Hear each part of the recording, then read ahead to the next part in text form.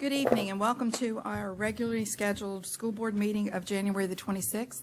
If you would all rise for a moment of silence and the Pledge of Allegiance.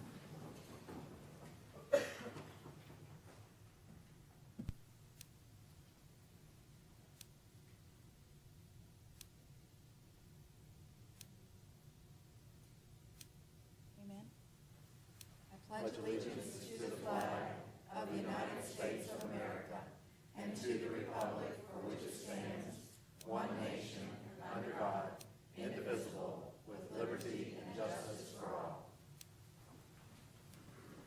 Thank you very much. If you're here tonight and want to speak to the board, there are cards on that side and that side, I think.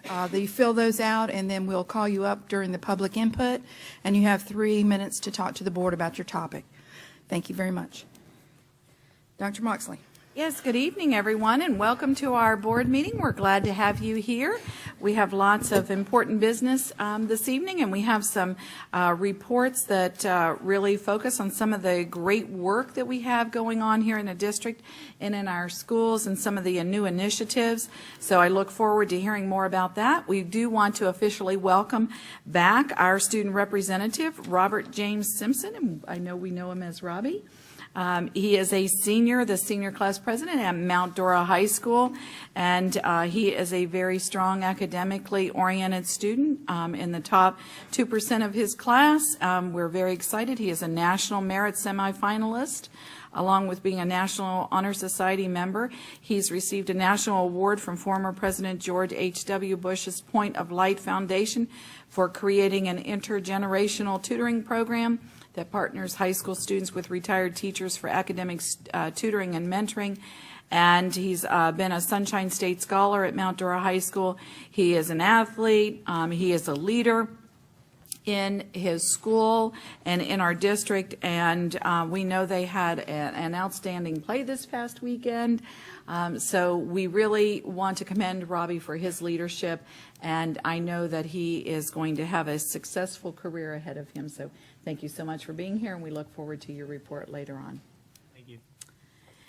District highlights. I do have a few. We've had a lot to celebrate since we last met as a official regularly scheduled school board meeting.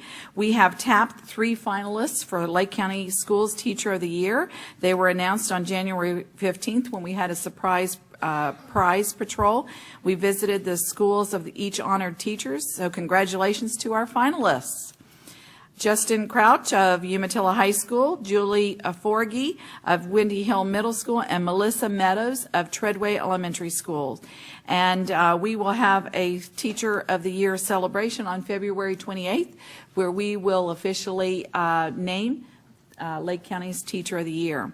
I'd also like to congratulate Anjanette McGregor, who teaches intensive reading and English language arts at Tavares High School, and I believe she has now transitioned to an acceleration teacher, also at Tavares High School. She was one of 9 outstanding educators across the state who were recognized this month by Governor Scott with the Shine Awards for their contribution to education. This announcement highlighted Ms. McGregor's work in coming up with innovative ways to implement new standards and increasing student achievement and student engagement and success. It also mentioned a project that she's been working on to increase parent and community involvement. And the last highlight I have is 3 schools received an award for returning the highest percentage of library card registration forms to the Lake County Library Card System. This was part of a contest that started last fall when every student in the district was given a library card registration form.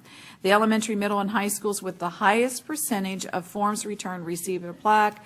The contest brought in more than 8,000 students receiving library cards out of the Lake County Library System. So that's phenomenal because that gives students access to technology, resource materials, books, and they can read, and that's great. Our winners were the Villages Elementary, Oak Park Middle School, and Tavares High School. So congratulations, and thank you to all our principals, teachers, and staff members for helping our students excel every single day. You make a difference, so thank you. Changes, amendments, deletions, I'd like to pull Agenda 8.06 for no action tonight, and that is all I have to pull. Does anyone else have an item they would like pulled for discussion? Seeing none, approval of minutes. At this time, I'd like to recommend approval of the minutes from the special school board meeting workshop on December 16th, 2014, as presented in your board agenda packet. You've heard the superintendent's recommendation. Is there a motion? So moved. We have a Second. tie, so we have a second. Roseanne, and go to Bill for the second. All in favor? Aye. Aye. Okay. This evening, our first representation, and I'm going to ask Dr. Christensen to come forward. We're very pleased and honored to have a partnership with the College Board. And you have heard me announce, and in several, there's been a press release went out about the AP Honor Roll for College Board and closing the achievement gap with our students with regards to advanced placement courses, participation, and performance. And so we have a representative from the College Board here, and Dr. Christensen will do the honors to introduce our esteemed partner. Absolutely. Good evening, Chair Stivender, Superintendent Moxley, board members. We're honored to be here tonight to bring you Mark Matthews, Senior Director from the College Board, to recognize Lake County for being one of 5 school districts in the state of Florida out of 67 school districts recognized for the Advanced Placement District Honor Roll. Again, 5 districts were recognized out of 67 across the state. Before he steps forward, we just wanted to show you some of the data of why our district was recognized. This is a chart that shows the number of AP exams and also the grades of 3, 4, or 5, which earns that student at least 3 hours of college credit in that course. From 2010 to 2014, as you can see, going back to 9-10, we gave 3,364 AP exams. Then you fast forward to 13-14, we gave almost 2,200 more exams. And then when you look at the number of students with successful exams, 3, 4, 5, and 9-10, we had approximately 600, and that went all the way up to 1,640 in 13-14. Our projection, by the way, for this year is that Lake County school students will take 7,214 AP exams this year. Probably the most exciting part of this data is if you look at the following, and this is really what put us on that AP honor roll, because what they look at is not only participation but performance, especially performance of minority students. So if you look at this particular graphic, when you look at the total, Lake County is up 21% in number of exams taken and 22% in grades 3, 4, 5, whereas the state is up 3% and 6%. You see the difference there? And then you look at the country. The country is up 6 and 6, and look at Lake up 21 and 22. This holds true for females and males, and especially if you jump down to Hispanic students overall. This is very exciting data. In Lake County, 35% more exams taken for Hispanic students. Grades 3, 4, 5, 41% improvement. Now, if you look at the state of Florida, it was 6% and 8%, and then the nation 10 and 12. Part of what made this happen was what's called the Florida Partnership. And over the last 3 years, Leesburg High and Carver Middle were a part of this process, and College Board made some investments in these schools to increase advanced placement, and these investments have paid off not only for these schools, but now Lake County Schools is actually selected as a school district to be part of this Florida Partnership, which will take us through 2017, where they provide resources like a free SAT test for all junior students, Ready Step, free assessments for all 7th and 8th grade students, and preliminary SAT free assessments for all 9th, 10th, and 11th grade students. So it's wonderful. This partnership reaches to all 8 of our high schools and 10 middle schools. We also wanted to say special thanks to Kathleen Jarvis, our Director of Curriculum and Instruction, and Deanne Wilson, Program Specialist, and all our high school principals, guidance counselors, faculty, and staff for their work. And we wanted to point out, we're going to have Kathleen step forward and explain some of the strategies that were put in place that led to this incredible improvement. And then Mr. Matthews will do the recognition. So if we could thank Ms. Jarvis, and if you want to step forward.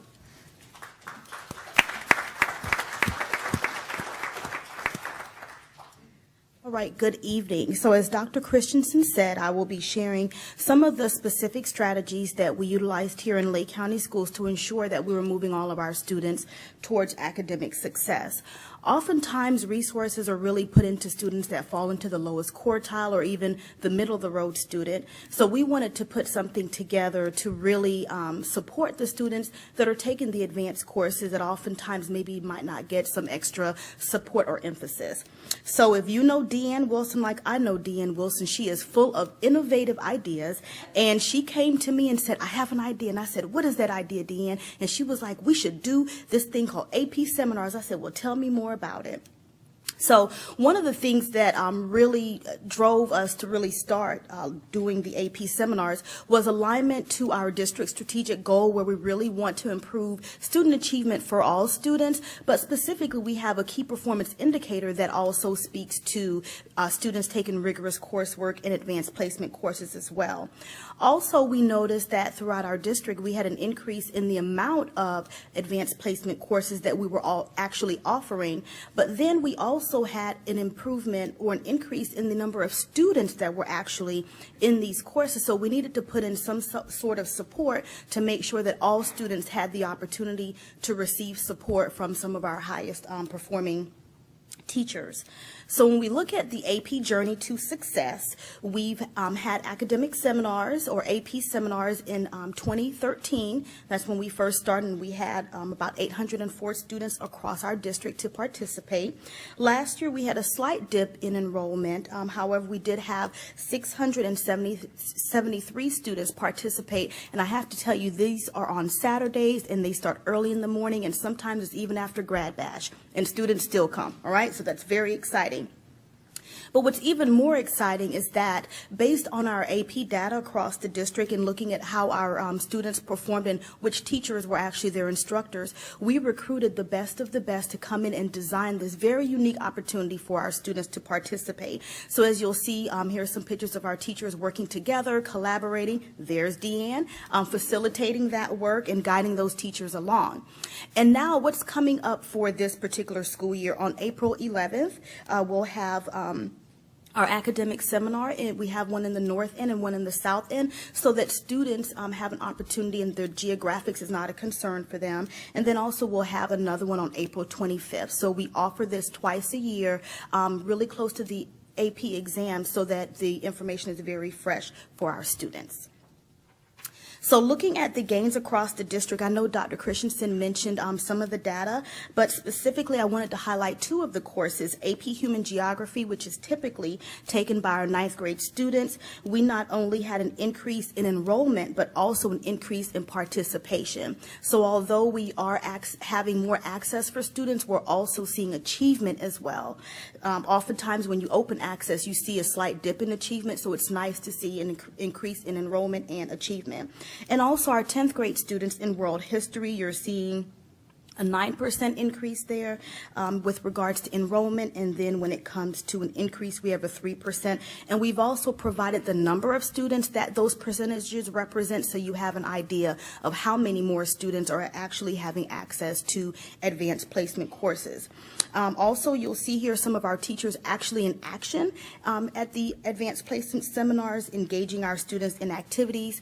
And last summer, Deanne Wilson and I had the honor to present at the Southern Regional Advanced Placement Conference in June, and so you just have some snapshots of Deanne and I there interacting with those participants.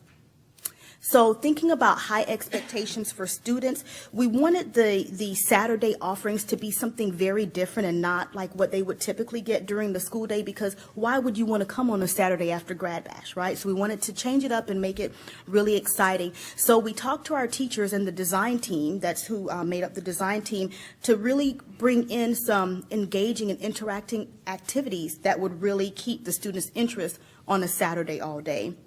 So here you have some pictures of some of the things that the students participated in, activities such as brain dump. We brought in taboo, pass it down the line, which is a really engaging strategy. Also, we had the students participating in Jeopardy. We did some activities with Jenga, which is a game that students really like. And also we had some team competitions so that students really stayed engaged during the process. So, without further ado, I'd like to introduce our distinguished guest, Mr. Mark Matthews, the Senior Director with College Board, to honor us as a district that has received the AP Honor Roll. So I'll ask Mr. Matthews to come up at this time.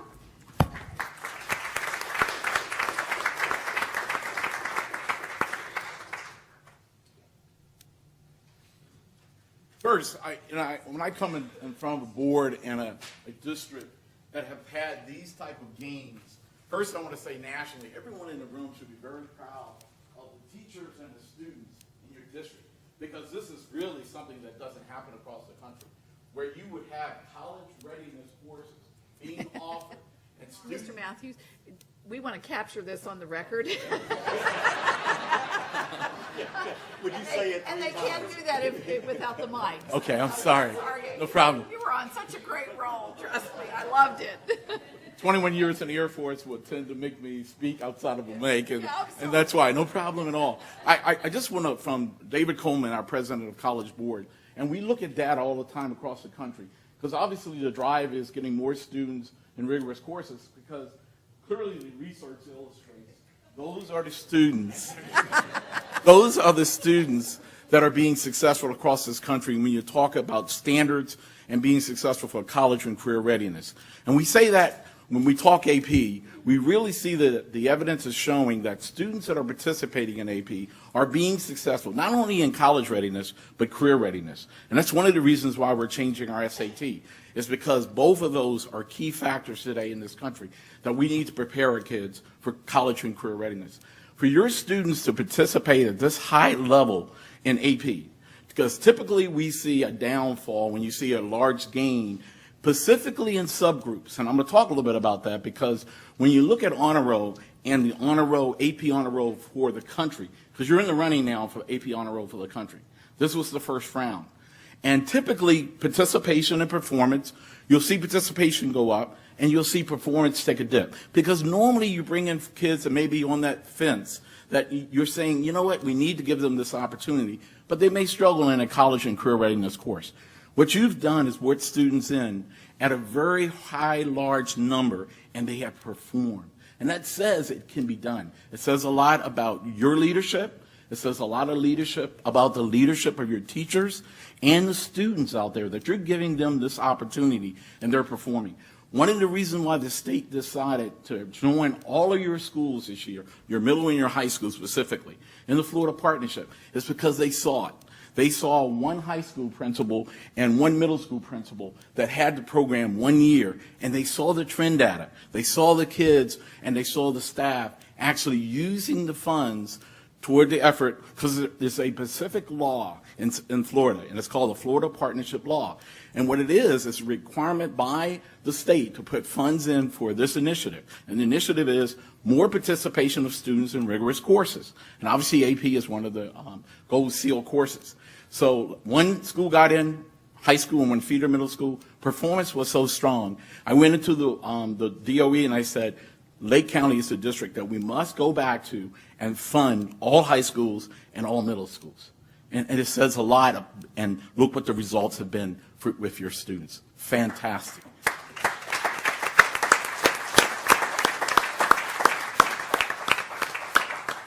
With that, I'd like to bring the superintendent and the chairperson, the chief chairperson, to come down, and we'd like to do a presentation of the diploma and the award for the AP Honor Roll.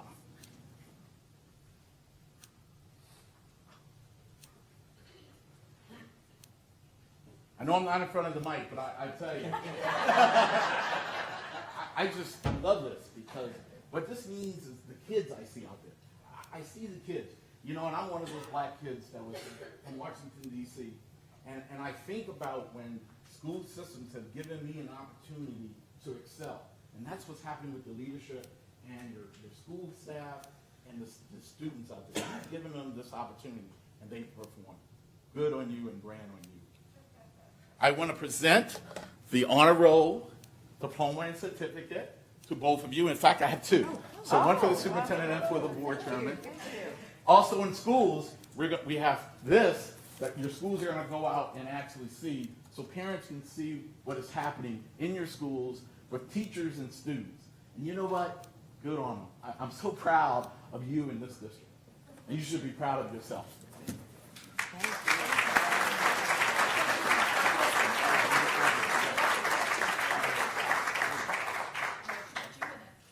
You're not going to hide.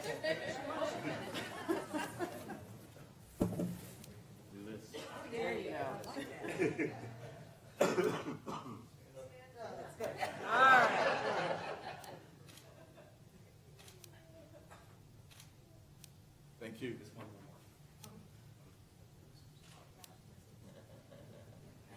No problem. Thank you.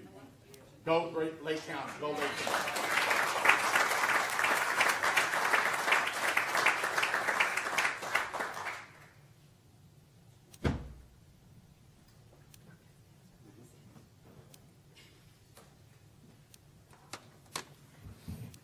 Thank you, Mr. Matthews, for being here tonight, and your passion for rigorous instruction for our students here in Lake County is greatly appreciated. Your partnership and your leadership has been very helpful as we've been on this journey together.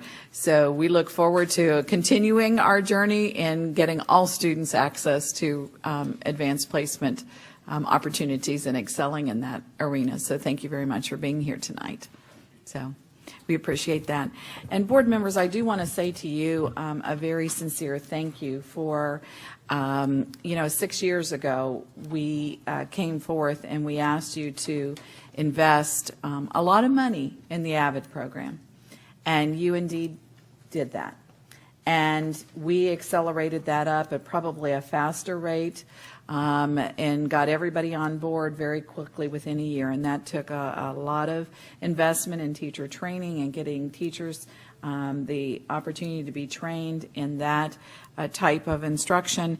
And you were very supportive of that. And I believe with the very laser-focused dedication of our teachers, our principals, and partnering with our parents to understand these strategies and our students to take their Saturdays and come in for the seminars, our students and parents to participate in all the AVID support, the community members who have mentored.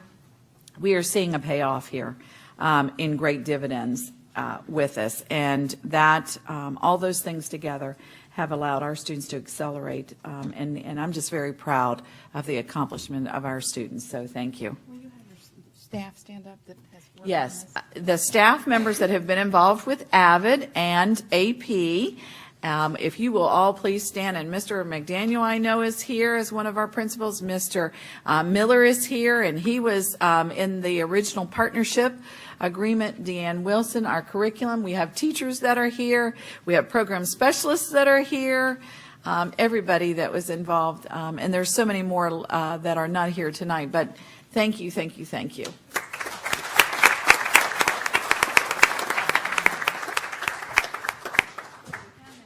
Yes, ma'am.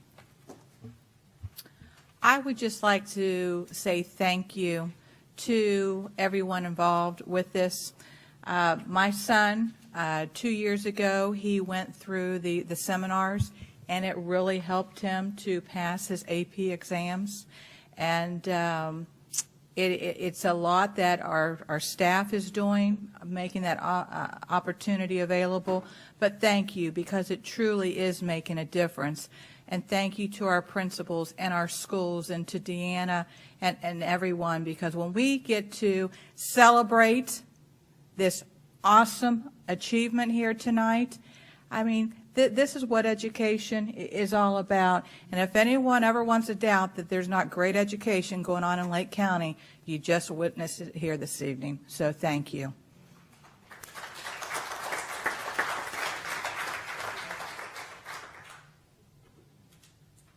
Okay, next is public input. And if you're going to speak and you have not turned in a card, please turn it in ASAP. The first one is Bob Foley. And we can do these two at a time. You can come to the other side. Cynthia Myers. Good evening, Madam Chair, and board members. Thank you for letting me come up. See you this afternoon.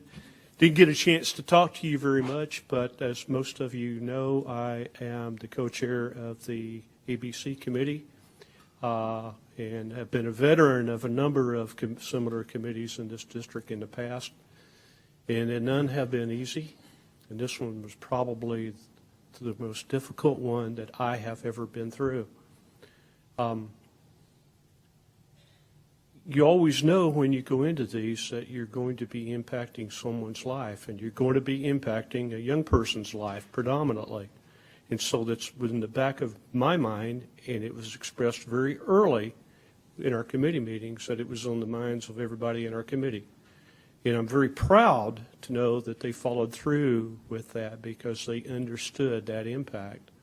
And so we worked very, very hard to come up with some sort of solution that you could use in order to take this a step further. We are all aware of the limitations that we have in capital funding. We also are very well aware of the limitations that the state of Florida puts on us of what you can and can't do. And our committee was very well aware of that. So we had a tough time trying to come up with something. And on one hand, it's always very nice to be able to accommodate the communities if you can, but in the end, it's the students. In the past, I've always looked up at your board room up there, and you always had a sign hanging in the back of it, and it's for the good of the children. That's exactly what it's about. We feel very strongly that the recommendation that the superintendent has provided you here tonight is the best approach at this time for this district to take to help you balance what's going to happen to us in the future and minimize the impact on these children. This presentation, AP here is a primary example. I'm very proud of this district. Of the first time in a long, long time, I see programs, I see young people engaged in what they're doing. And that's because of the programs and the dedication that your teachers and your staff have put toward them. I don't want to hurt that. Thank you. Thank you.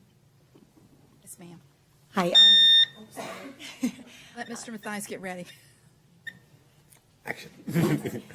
I'm Cynthia Myers. I'm the parent of a Lake Mineola High School student, and I just want to say thank you for allowing me to speak, and I also want to extend my appreciation to the rezoning committee. I was at every meeting from October on, and they worked so hard, and they were always prepared, and they were always professional, and I really appreciate that, and I support wholly this option that they've presented to you, because it's the only option that allows all the children that are there at Lake Mineola to stay there and finish what they've started. We tell our kids to be successful in high school, you need to build relationships with teachers, you need to get involved in extracurricular activities like sports and music, and they do, and they're very successful, and then what's their reward? We yank them out halfway through, and that's just not right. I mean, how can you look at two kids that are identical in every way and say, well, you get to stay and finish with your teachers and your friends and your programs, and you don't because of your zip code? Research shows that when kids are allowed to finish where they start, they do better in their academic classes, they're more likely to stay and graduate, and they're more likely to go on to higher education. And I think this is the only option that makes sense for our kids.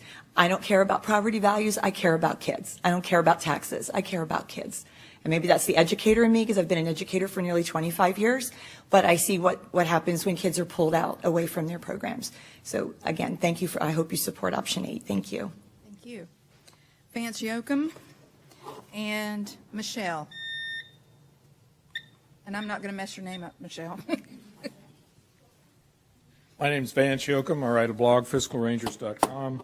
What I wanted to do is to comment on the request at Friday's meeting by the two new board members to have you look into the IB or International Baccalaureate program. I have twice the number of years that they do. I have a lot of experiences that many of you may not have had, so maybe I'm a little biased about things like this.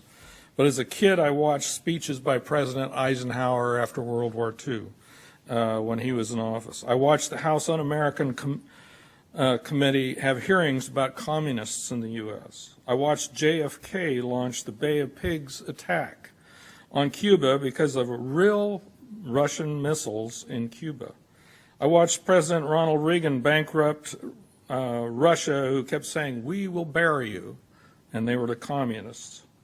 I was drafted and was in Vietnam in 1969 and 70. I was an anti-corruption expert in Iraq in 2004 through 6. So I've been monitoring and watching and reading and seeing how communists are affecting this world. And in almost all the cases, they're connected to the United Nations. Currently now you can see communist Russia is invading Ukraine.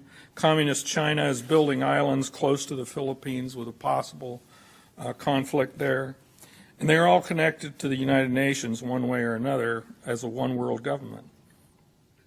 So this IB program that was mentioned, they are an NGO for UNESCO. They are supported by United Nations. They are one world education system around the world. They completely eliminate the study of any local country history. So, in other words, no U.S. history. Nothing about the local culture. They don't want you to know about that. They want you to think in terms of being a one-world citizen. They're 3 times the cost of AP programs, and you just had some great information here about the success of your AP programs. There are studies from Minnesota, and there's others. I'm just starting to amp up my research on that so I can develop a position paper on this, or rather I should say a fact sheet that I'll put on my blog. But I just wanted to report that, I think there's a disconnect here with my generation and the things that we have seen, and that people aren't necessarily getting the conservative side of issues, and I think that you ought to be open to them.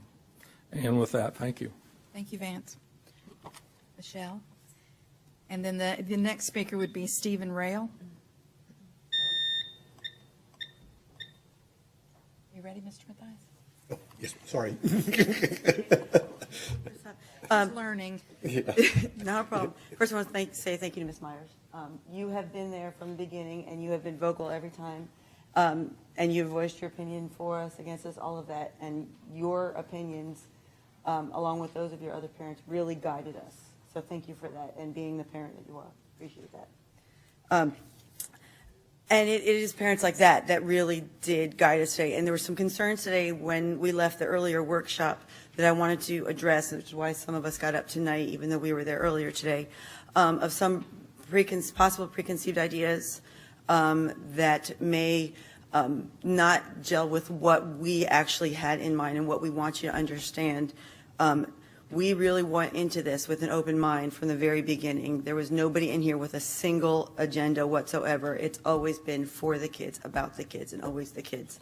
To quote Mr. McHugh, I think at one of our very first meetings, he had said from the beginning, once you're an eagle, you're an eagle. Once you're a hawk, you're a hawk. Stay there. Once you're a knight, you're a knight, and let them stay there. And he supported that right from the beginning as well, whatever the outcome was. And so it's been in our back of our heads, but if you heard earlier today, we talked about all the crowds and the number of parents that came to every single meeting. That was when we were discussing 6A and 4B. When we came to 8, which was a culmination of everything we heard from the parents, you notice they're not here tonight because they all left that last night and said thank you. I mean, yes, there are a handful that are not happy who have upcoming 8th graders, but those kids will stay together as they move along from one middle school to the other. So just that's where we're coming from. Really, this is, if you're a 10th grader, stay at your school. stay on student government, stay in your classes, stay in your team. That's what makes them the most prepared for college. This is coming from a mom of a senior who's getting ready to go off to several, well, we won't get into that. Still doing prayer mode for scholarships. Anyways, the other thing I did want to address is the idea of Mineola, keeping Mineola whole. I first moved here, I lived in Mineola. It's a completely different zip code. I've been here and I've been an active member of school board things up until a few years ago when the property that this school sits on was first donated, and the idea behind that. I was here for that. I remember those meetings. I remember the meetings for the land before that, when we tried to, and it's the same people who fought against those school properties because it interfered with them. You cannot keep a city together just because it's got the same name. Remember that this is Lake Mineola High School. It is named after a geographic region. That geographic region is actually mostly surrounded by Claremont County proper. So just the students will be together, they will stay together, and that's what this is for. Thank you. Mr. Rail? Hello. Thank you for taking the time to listen to me. I find myself in an uphill battle right now. I am one of those parents of 3 children who we're bringing up through the Lake County school system. We've been here, residents of Mineola, for 12 years, and we've been very excited to watch the growth of Mineola. That's why we stayed here. I commute for the last 12 years, 45 miles each way to a job, and have chosen to stay in the city of Mineola because I love it so much. And we have so many good friends, and you know, the options in front of us, option 8, would take us away from going to Lake Mineola High School, and you know, that's not something that we were hoping to have done to us. But I do understand that it is a big deal. I used to work for a school system for 10 years, and I know that when the rezoning and redistricting came around, it was a very tough time for everyone. So I do understand that it is a very tough decision. You have to weigh a lot of different things, but as a parent and a resident for 12 years and having 3 kids in the school system and believing in this public school system in this county, I wanted to voice my opinion and my support for option 6A. I thank you for your time. Mr. Rail, can I ask you a question? Sure. Are your kids at Lake Mineola right now, or are they younger? They're younger. Our oldest has just entered middle school. Okay. Thank you. Thanks. Next is Mark Johnson from the city of Mineola and Marie Dubois, the lady in the pretty pink sweater. Thank you all for your effort on this process. I do want to commend Ms. Kusnos, Mr. McDaniel. That is, AVID program is terrific. Those two are very terrific people, and they're deserving of all those applause and awards. The city and the stakeholders of the city support MAP option 6A with a phase-in. I'm not going to go through all the reasons why. You have the resolution that the city council forwarded to you. They passed unanimously that outlines some of those reasons. The community was presented with MAP option 4B and 6A during the public input meeting.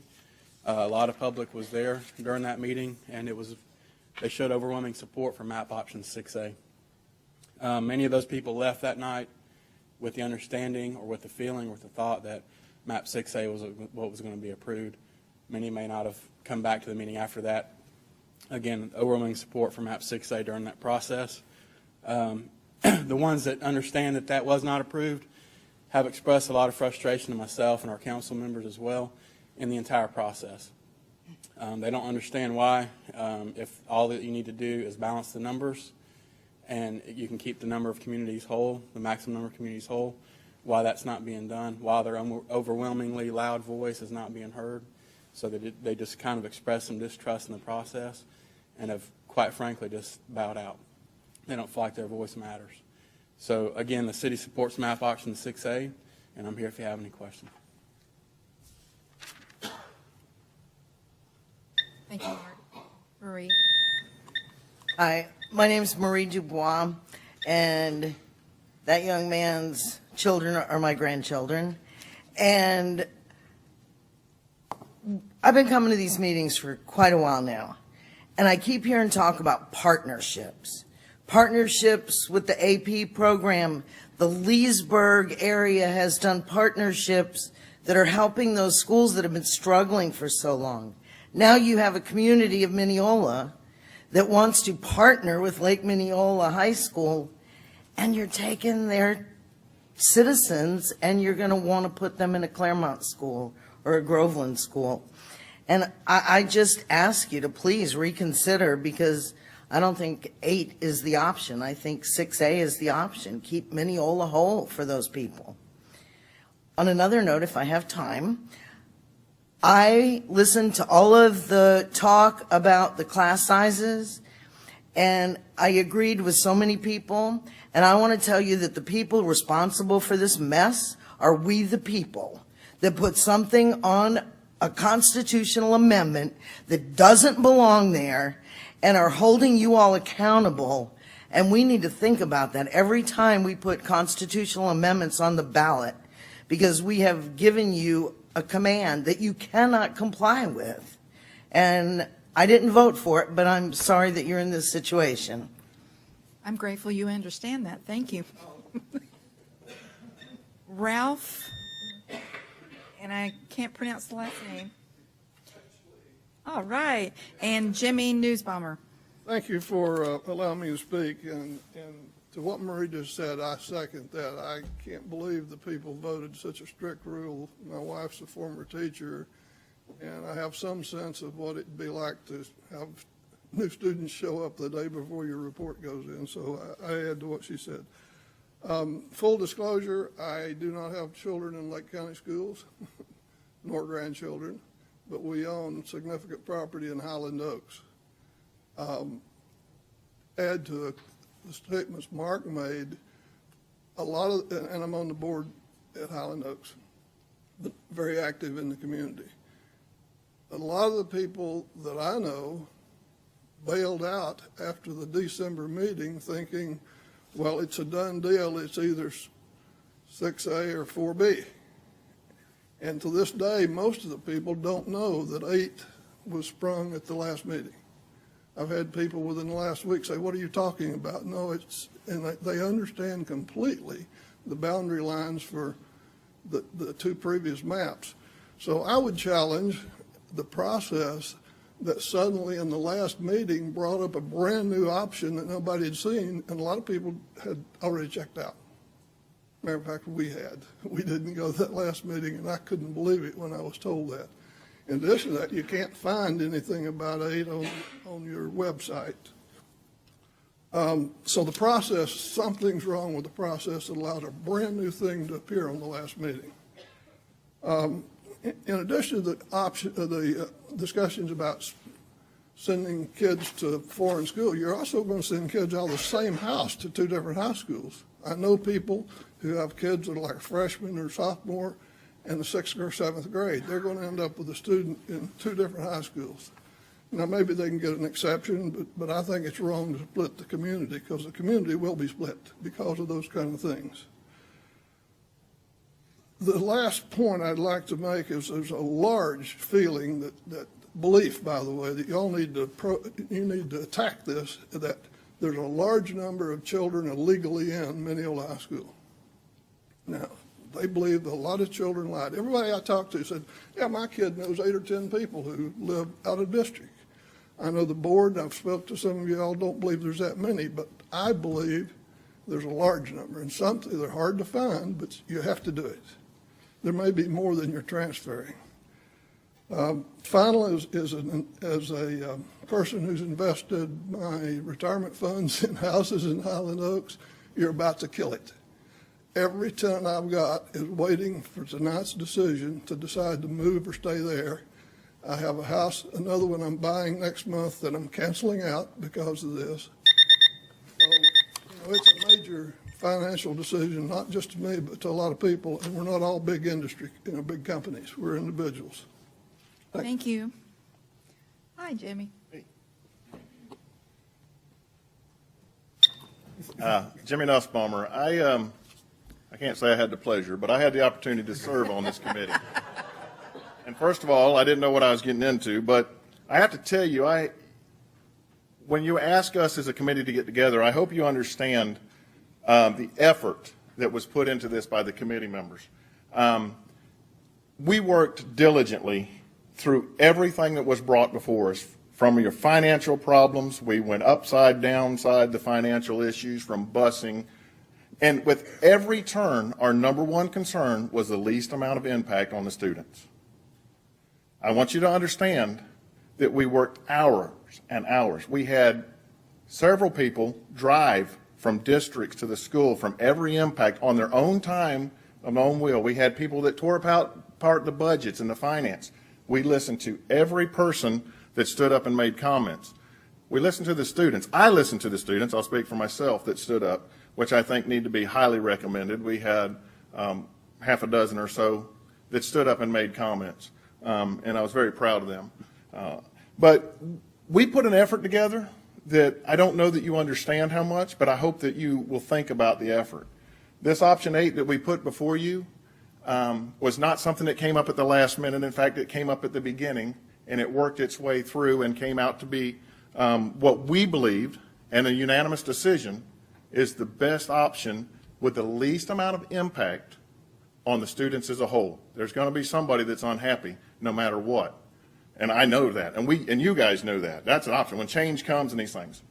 So I hope you put enough understanding into what we went through to bring you guys a recommendation that we believed unanimously that was the best out of all the situations, not just for one individual or one family or particular, but brought the least amount of impact on the students as a whole.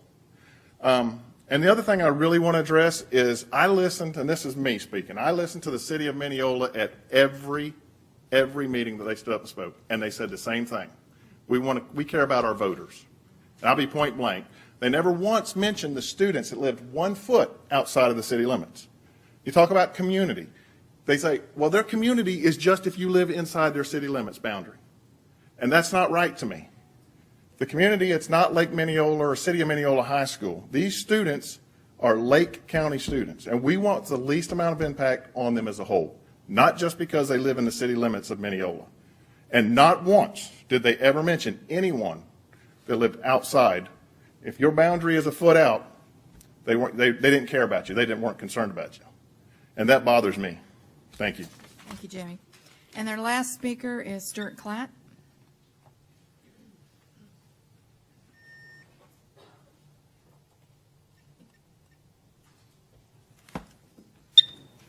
Okay, thanks. I'm Stuart Klatt from the Lake County Education Association, and I too want to share in congratulating our great teachers. Our AP teachers, not only from Leesburg, but all of the high schools. They're dedicated. They put in extra hours. They put in extra work to make sure their students are successful. The AVID program is a good base for leading into AP. And then we also have some wonderful CTE teachers and the certification that goes along with those. So I think we needed to, and I think tonight's a great time to recognize that teachers are an asset to the school district, not a liability. And we've had the opportunity in the last couple weeks to see our Teacher of the Year finalists chosen. And those are the finalists, but each school has their own Teacher of the Year. And so across the board, elementary through high school, our teachers are doing a phenomenal job, and they all should be congratulated. Thank you. Thank you.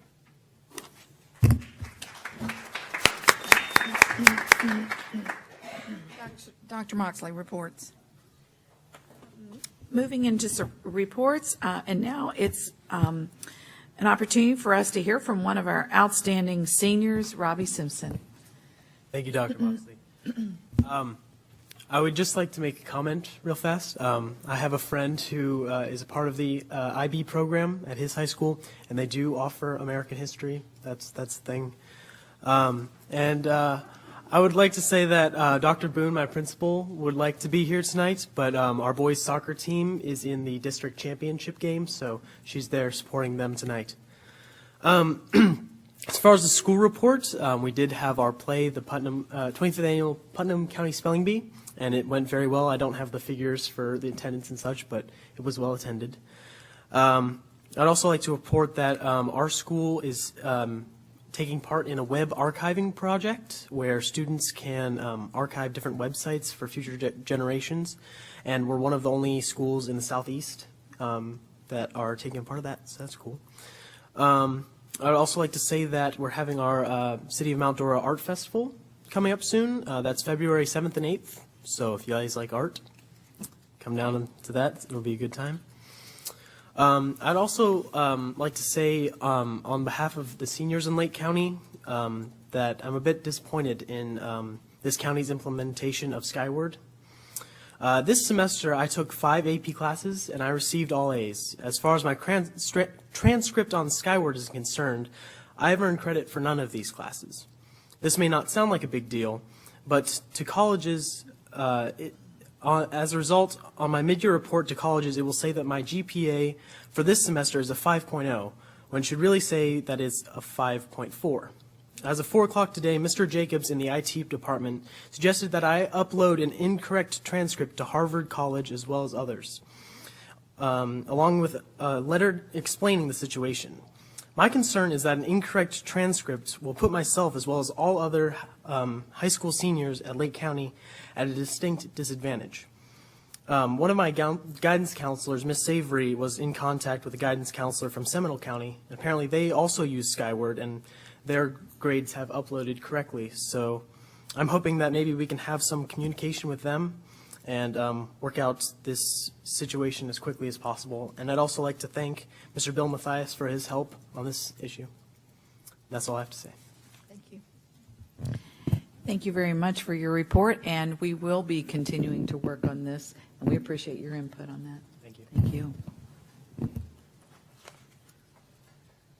Our next report is on focus on teaching and learning, and so I'd like to introduce Charlie McDaniel from East Ridge Middle School, who is a very proud principal of East Ridge Middle School, and he has a team here with us, and they're doing some incredible work. They are being real design experts in designing new ways of learning and teaching in our schools, and so we'll turn it over to Mr. McDaniel.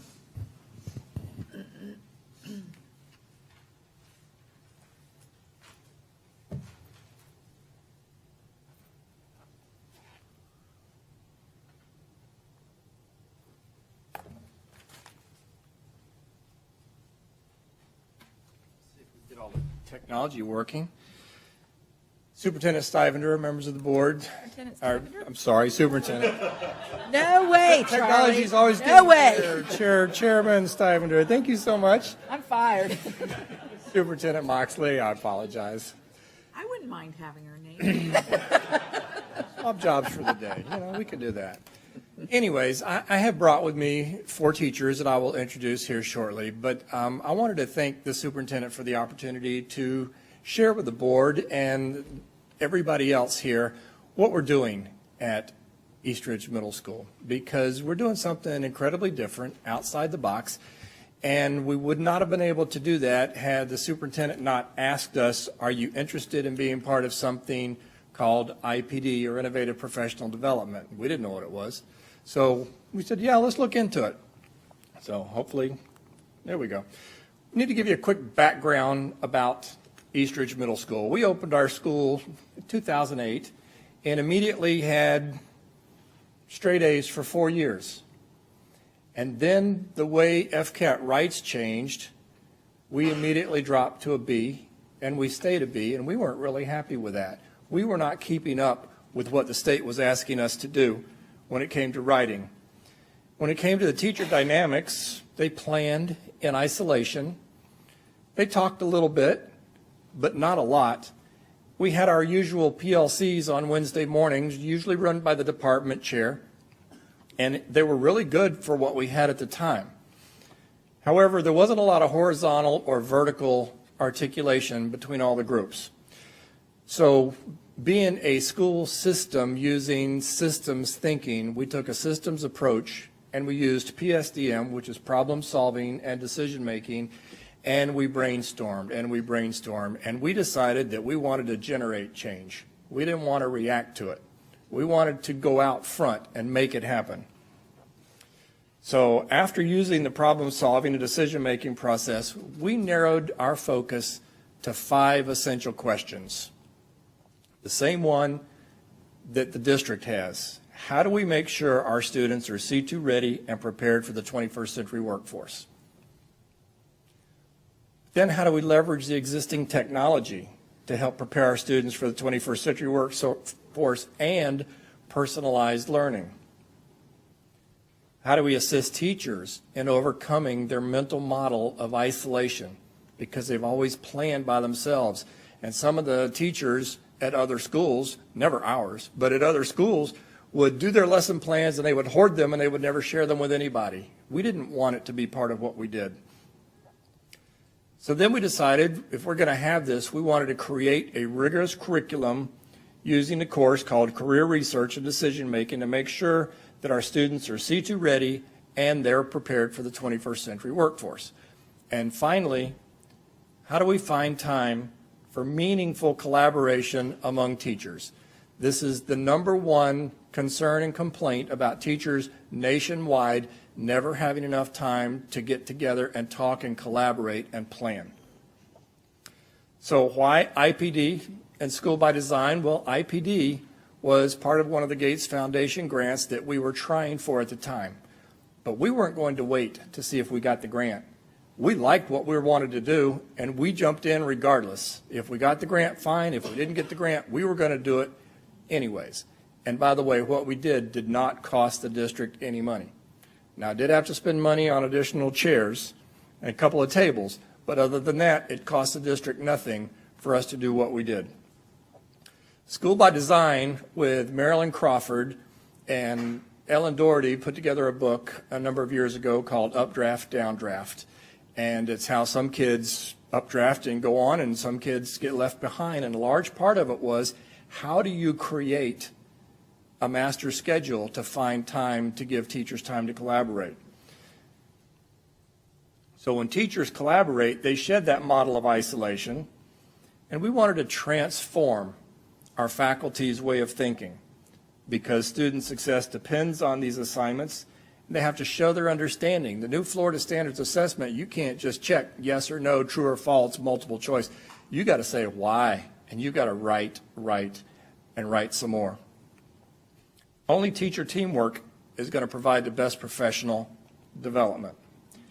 And it doesn't happen without lesson study. When teachers' collaboration focuses on the student work, it builds the capacity to address the needs immediately. We're not talking about the Japanese model that may take 6 months to do one lesson. We're talking about LDC, or Literacy Design Collaborative, where the teachers will create mini tasks. They'll go test those mini tasks, and then when they come back, they'll bring back student work and they'll compare a high example, a middle example, a low example, and the students get to, or the teachers get to ask each other questions. Well, yours is really good. What did you do? Mine's not so good, or mine's really good. Let me share what I did. And next thing you know, they're all spiraling up. And it's not a competition. It's a way of getting what's best for the students. So how are we doing this? Well, we created a PLUS team, and PLUS really is an acronym for Professional Learning Updraft System. And again, that comes from Marilyn Crawford and Eleanor Doherty's book, Updraft, Downdraft. We used 6 Eastridge Middle School teachers that meet with the students in their respective subjects twice a month. Well, now the big question is, well, how are you going to pull teachers? Well, the student load is lifted from the core teacher. This allows the teachers a little bit more time, just a little bit, 18 full days of collaboration time that they get to spend with their colleagues planning. So while they're planning with their colleagues, the PLUS team provides the opportunity to do master decision-making skills, self-reflection. They do all the bullying workshops, reading analysis, problem-solving, research skills. They've taken some of the research skills and career skills from the 8th grade social studies teachers. so that they can concentrate and go a little bit more deeper in some of the things that they've always wanted to do. So technically, in order to create this, we use what's called blended learning in each of the core subjects, math, social studies, language arts, and science. And by definition, and this is the state's definition, blended learning is a formal education program in which a student learns at least in part through delivery of content and instruction via digital and online media with some element of student control over time, place, path, or pace. And those are the Florida statutes, and there are others out there. I worked with Dr. Christensen, I worked with Dr. Moxley, we worked through the attorneys, and the attorneys agreed that this is a really good thing and we need to move forward. I also had the opportunity to work with two people from the Department of Education who came down and visited with me and sat in my office, loved everything that we were doing, and took back every piece of paper they could possibly take back on what we were doing to share with everybody else at DOE. So this allowed us to be very creative with the master schedule, because by using blended learning and verifying that every core subject is a blended learning class, we were not held to class size. It's been said that it's an escape from class size. That's not the way it happens. We use blended learning to actually, we do put more students than 22-to-1 in those classes, but it allows us the opportunity to have the teachers take the time to plan deeply, which is what they want to do. And we ask them all the time, is it worth it to have a few more kids to be able to plan collaboratively? And you're going to get a chance to hear from some of the teachers in a minute. So once again, blended learning mixes the traditional schooling with online schooling. They receive structure and direct instruction, and they receive individualized learning and direct feedback through their online work. And we would like to take this time to thank the ILSs under the direction of Kathy Haubig, because they have been there often helping with our BYOD, Bring Your Own Device initiative.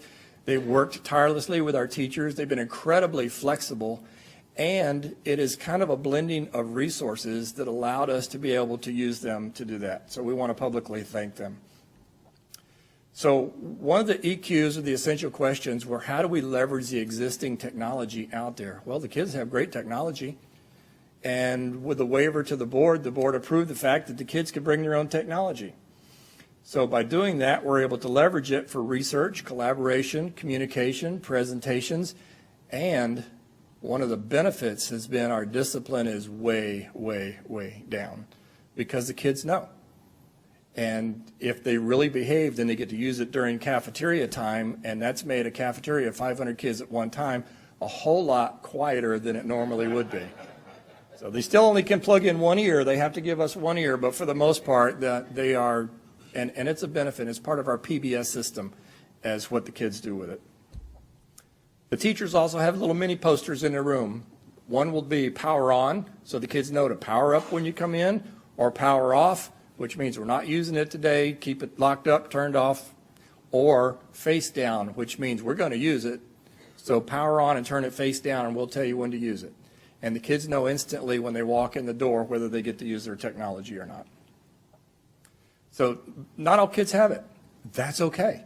Sometimes it's better that they don't have it, and they collaborate a whole lot better. And the teamwork that's coming out of the students doing this is one of the things that makes this work so well. Justify your reasons so that if somebody doesn't... Just an example of one of our classes. Be sure that you take the time to explain why that's the right answer versus the wrong answer. I thought one of the problems with technology was kids like not talking to each other. But this one is approved, and so you're allowed to use it. This evening? Oh, hooray. You have about 14 minutes, so you should have time. What you can see is that she's watching a video, and what you can't see is to the side is a piece of paper where when they finish watching the video and they're listening to it with their earphones so they're not disturbing people around them, they have reports, and they collaborate on the reports on what they did, so they have to complete the sheets. And that was Mrs. Wolf's class, as she's working in her language arts, and we'll talk to her in a second. So what I would like to do is ask Chandler Levitt. Chandler is one of our brand new teachers. And just ask Chandler the question, how has it changed the activities. As you can see, the kids are collaborating. And basically ask her, how has it changed the way you plan and teach? Thank you, Chandler. Hi, I'm Chandler Levitt. I'm a 7th grade science teacher. I feel so lucky to work at a school who's offering IPD days. I have benefited tremendously.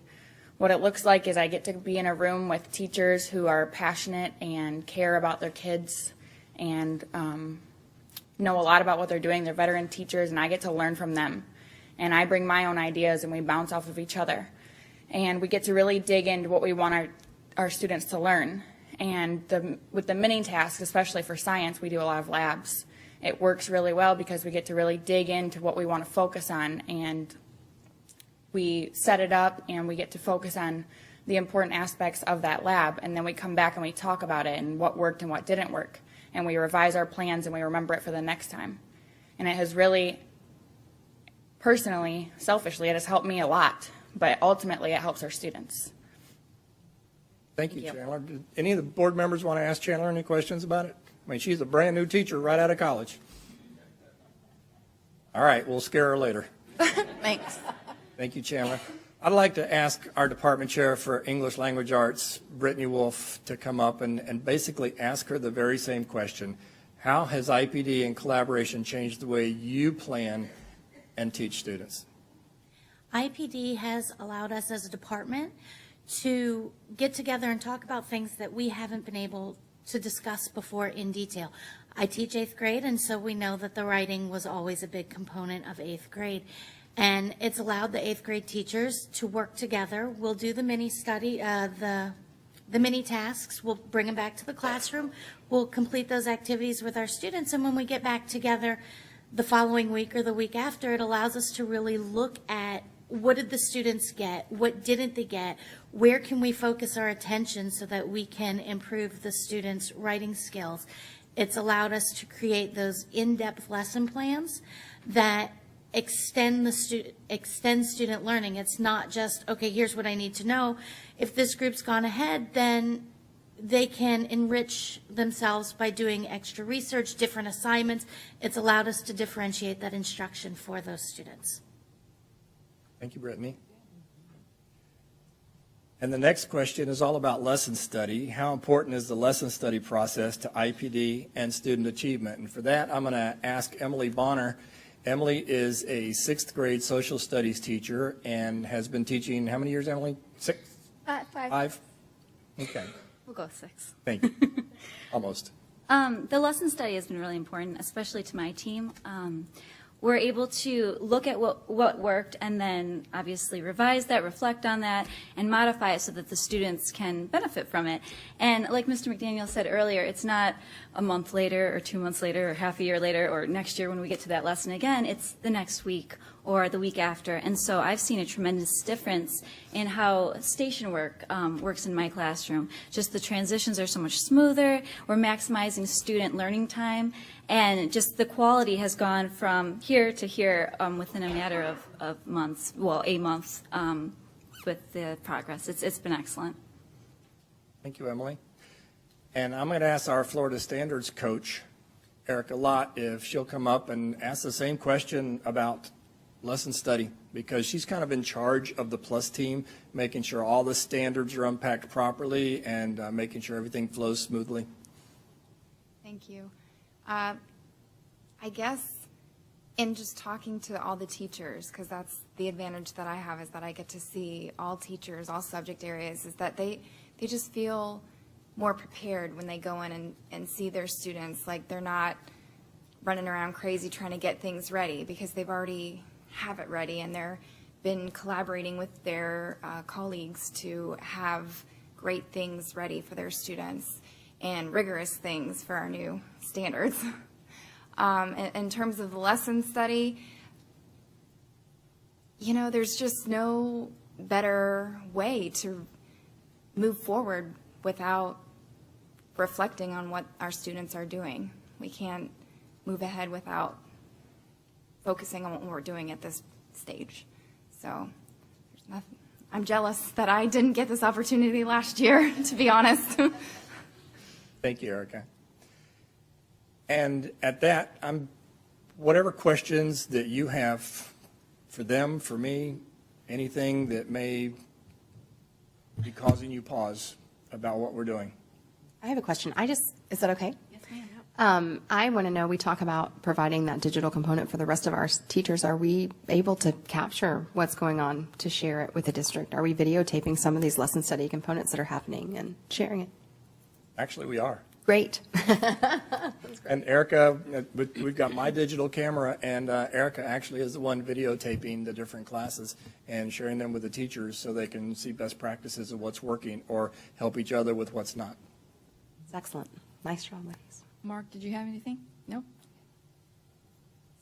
I really want to thank our 4 teachers from East Ridge Middle School for being here tonight and sharing.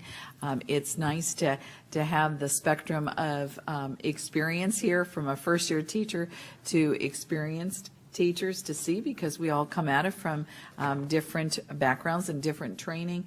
But the end game is that our students are centered and focused in the way we work, and that we are looking to differentiate instruction, and we're to make it rigorous and make sure that it's engaging work for them to be successful. I really want to applaud East Ridge Middle School for stepping up and stepping out of the box to do some innovative work here and really look at the profession for teachers to respond to how they work and how they can work better for the benefit of our students. That is critically important. And we had an opportunity to, I know Mr. McDaniel has surveyed his teachers, and he's constantly listening and getting input. And the comments that overwhelming from the school really have been pretty phenomenal about the work that you've accomplished so far. I know that there is a class size component that you brought up in that work, and this team came to the table, and we worked right at the beginning with the representatives from the Department of Education with the statute. We started there. We were exact. They wanted to do this innovative work. This was not about a class size solution. This was about doing what's right for students and progressing the education using the tools that are available and looking at the profession for our teachers. That was the driving force here. And of course, they were able to be innovative with blended learning. So again, thank you for your leadership. They are having I'm envious too, because I would like to be there every day. They're doing such exciting work. So I just really commend you for your leadership and for all the teacher leadership that's going on. Board members, Boston Consulting Group did a research study here this past year, and they really looked at teachers, just like the ones you have right here before you, to look at our practice, look at what was working, what isn't working, what are the best practices, and what do teachers want more of when it comes to their innovative professional development in this day and age to meet the demands that are put before them. Very interesting work that was just released about a week and a half ago. I am only halfway through it. But basically, they really looked at, and the number one thing that came out was collaboration, collaboration, collaboration, and then more collaboration. And what I am finding catching on here in our district is teachers are really thriving in a collaborative environment within their school, within their departments. Now it's expanding across departments because they share the same student in different content areas. And now we're starting to see teachers from one school now reaching out to their counterparts in another school across the district because the technology allows them to do that. And they're seeing benefit in that collaborative environment. And what is also interesting is our students are watching the teachers in this collaborative environment, and they are engaging in you talk about a power of a model. They are seeing this model, and they are now thriving in a collaborative environment, a collaborative learning environment, student to student. It is moving at rapid pace, and it's exciting work. So again, thank you all for being here tonight. Thank you.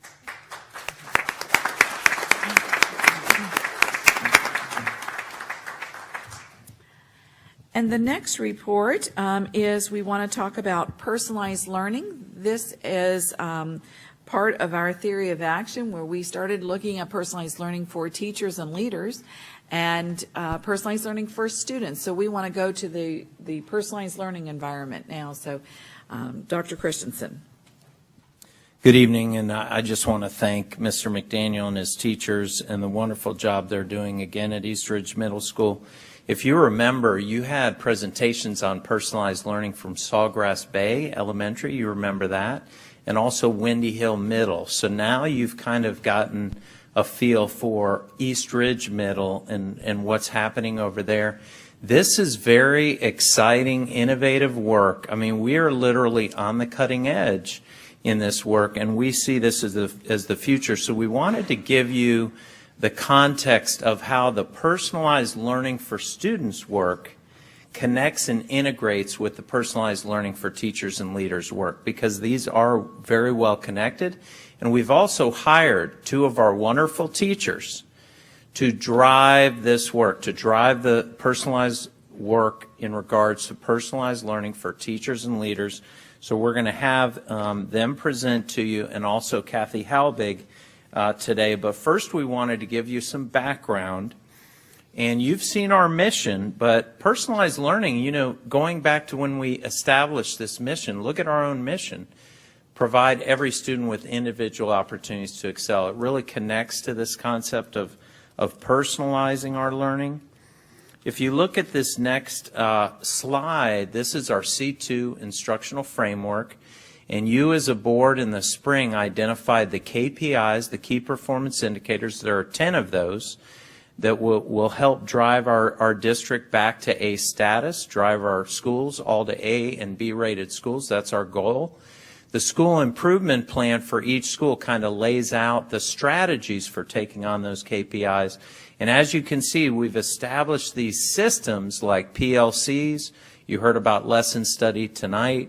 And then we believe personalized learning is a system that is really going to be a non-negotiable in regards to our work.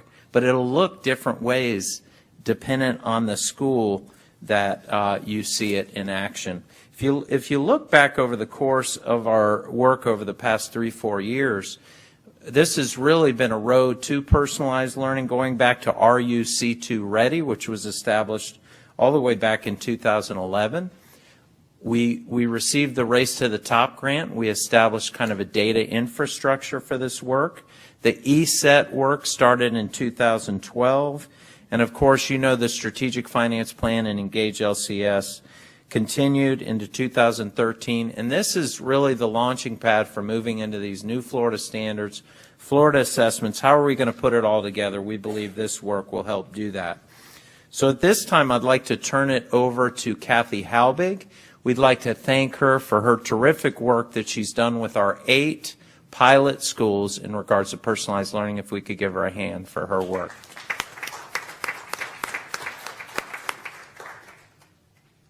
Thank you, Dr. Christensen, and good evening. I'm going to go one slide. Oops, well, I guess I'm not. There we go. One slide ahead, if I may. So it's a pleasure to be back this evening. We came about a month ago and brought Windy Hill and Sawgrass Bay and Lake Mineola to kind of give you a snapshot of how they were applying the ideas about personalized learning in their school. But just so that you kind of have the big picture of where we were, where we are now, and where we're going, I wanted to remind you that this work all began almost 2 years ago when, as one of the working groups established through the Engage LCS work, personalized learning for students, teachers, and leaders was established. And so a group of, a large group really, of district and school staff got together to begin the visioning process. What really do we want personalized learning to look like in Lake County schools? And so the ideas that we came up with, the vision that we established, was established by this group of very talented people, and it is our own vision for what that looks like. So where we began was there, and then when the opportunity for a grant for personalized learning for students came up, then we applied for that grant and we were fortunate enough to receive it. The first phase of that grant required that we write a strategic plan for personalized learning implementation in our district, and we went through that process and then presented in Houston. We were one of 20 districts to present in Houston, and were one of 6 districts across the nation to be awarded the Phase 2 grant. So that's where we just finished now, or we're in the finishing process. Phase 2 involved an application process for any school in the district to submit an application to begin their work for how they envisioned personalized learning to happen in their school.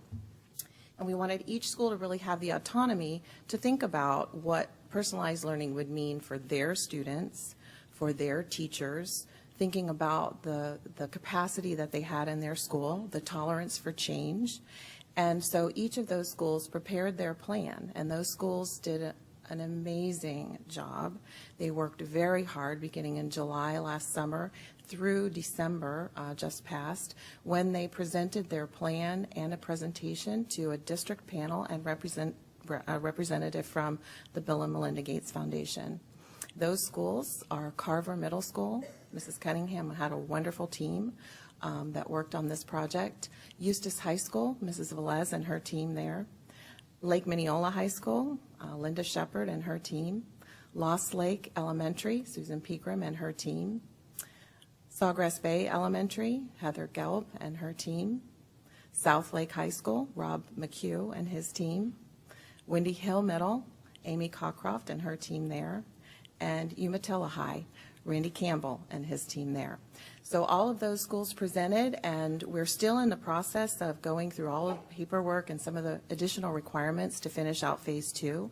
But our initial indications are that all 8 schools will move forward in some capacity. So we'll be able to tell you more detail about that once all of the paperwork and requirements are finished, and hopefully that'll be by the end of March. So what that means is that we'll have some schools beginning personalized learning in a launch capacity beginning in 2015. So where we're headed then really is for all of our schools to move toward personalized learning for students over the course of the next 7 years. So by 2022, we intend at this point that all of our schools will have personalized learning for students in place. The idea then is to bring 4 to 6 schools on each year. So we'll have a cohort that is implementing, and at the same time we'll have a cohort that is planning. So each of those cohort groups in their plan phase will have a year to plan. So when we talk about what the goals for a successful implementation of personalized learning are, we established these first when we were thinking about it for students, but then we realized very quickly that they apply just as well to teachers and leaders. So for students, we think about student-directed learning as really the linchpin, the most important goal. And if you're wondering what that might look like in a classroom, a quick example of that is the students taking ownership for what's happening with their learning. It's no longer a mystery. They come into school and sit in their classroom and the teacher tells them what they're going to learn. They think about what those standards are, and the students actually go through a process of deconstructing the standards and putting them in kid-friendly language, and then structuring them as I will statements. So the students are beginning to own their ideas about what's going to happen and own that learning.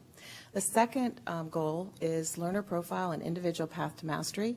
What that really means is that the teacher is equipped with all of the information about a student that impacts his or her ability to learn.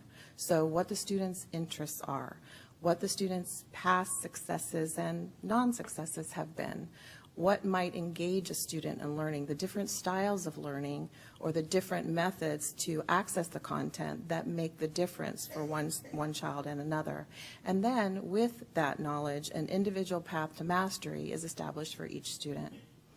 We also consider competency-based progression, where the learning is the constant and time is the variable.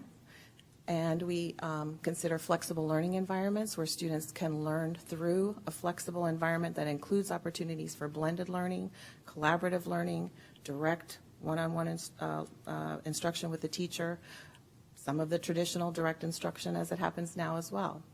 And then accountability and continuous improvement that allow us to evaluate how this work is going and then continually improve it. So that's just a brief summary of student personalized learning and how it fits in the framework of personalized learning in the larger sense. So thank you.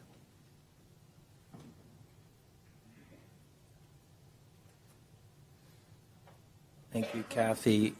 We'd now like to introduce to you 2 of our wonderful teachers who are now going to be our IPD facilitator and design expert for personalized learning for teachers and leaders. And I know you're already familiar with these 2, but they're going to walk you through what does this really mean for teachers and leaders. You know, what does this look like when you say personalized learning? So if we could thank and give a hand to Andrea Pyatt and Kelly Cousineau.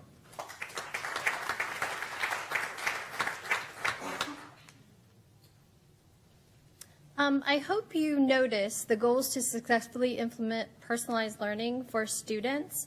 I'm going to fast forward to personalized learning for teachers and leaders. And if you take a peek here, you will notice that those goals for teachers and leaders actually mirror those for students.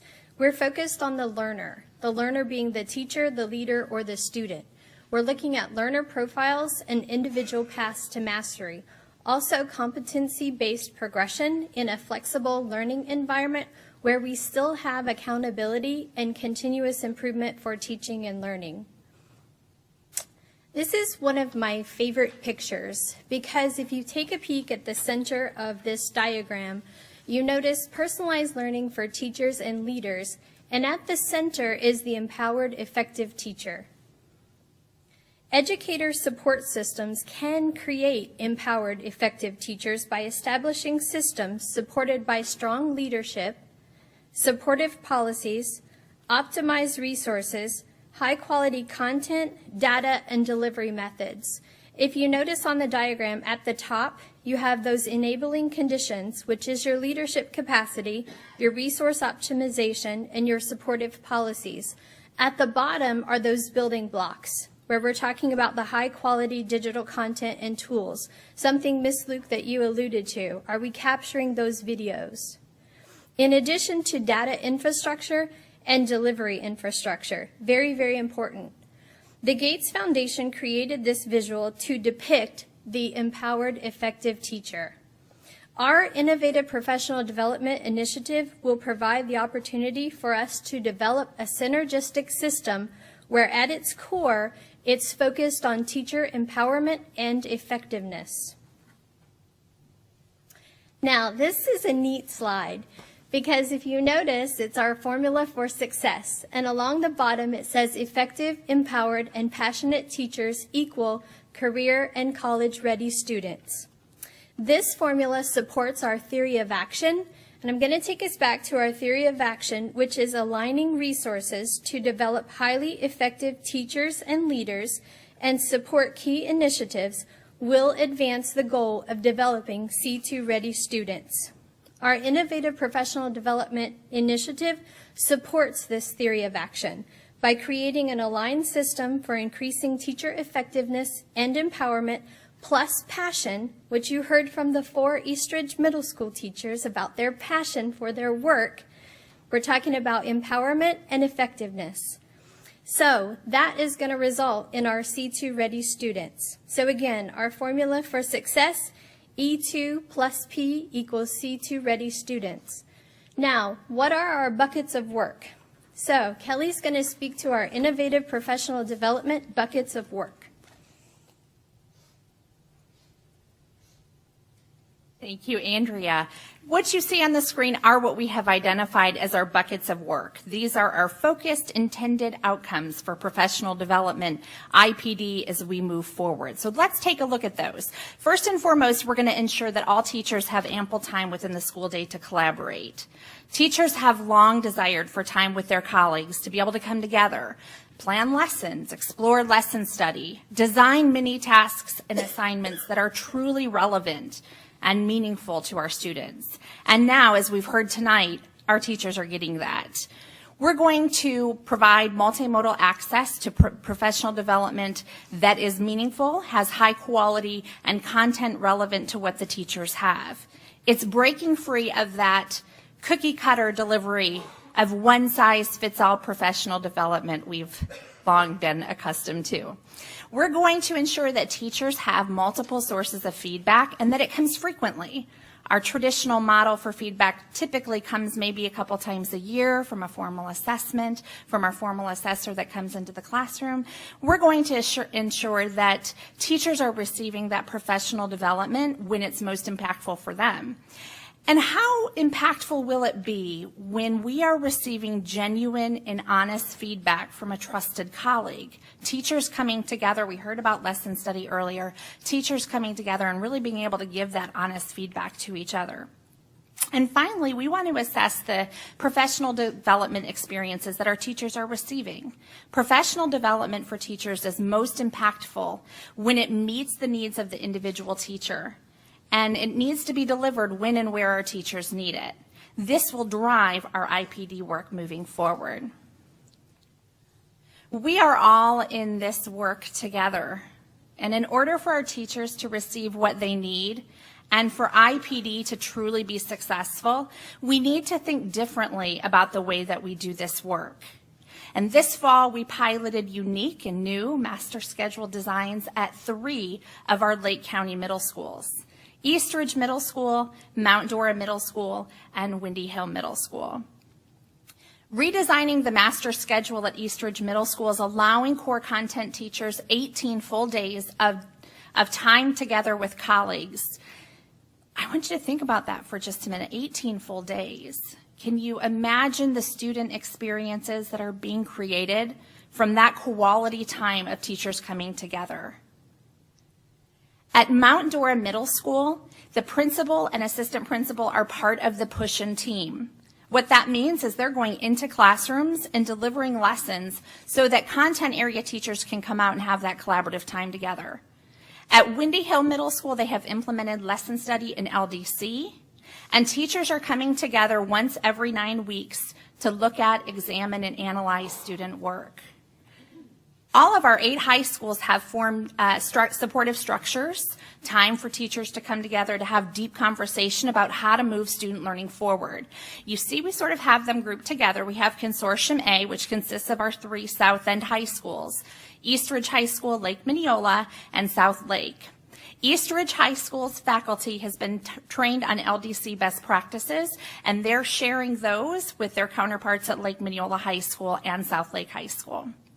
Our Consortium B are 4 of our North End high schools coming together. That is Tavares High School, Eustis High School, Mount Dora High School, and Umatilla High School. This Wednesday, we're going to have a push-in at Umatilla High School. And what that means is at each individual school site, the PLUS team is pushing into the classroom so that ELA 1 teachers, those are our 9th grade English teachers, are all going to come together at Umatilla High School to have time to plan the entire day. We're talking 4 high schools coming together to do that impactful collaboration time. At Leesburg High School, they are pushing in and they are providing support to algebra teachers, geometry teachers, and ELA 1 teachers, content areas where we know we need that extra time most. So what happens next? We'll let Andrea share that as well.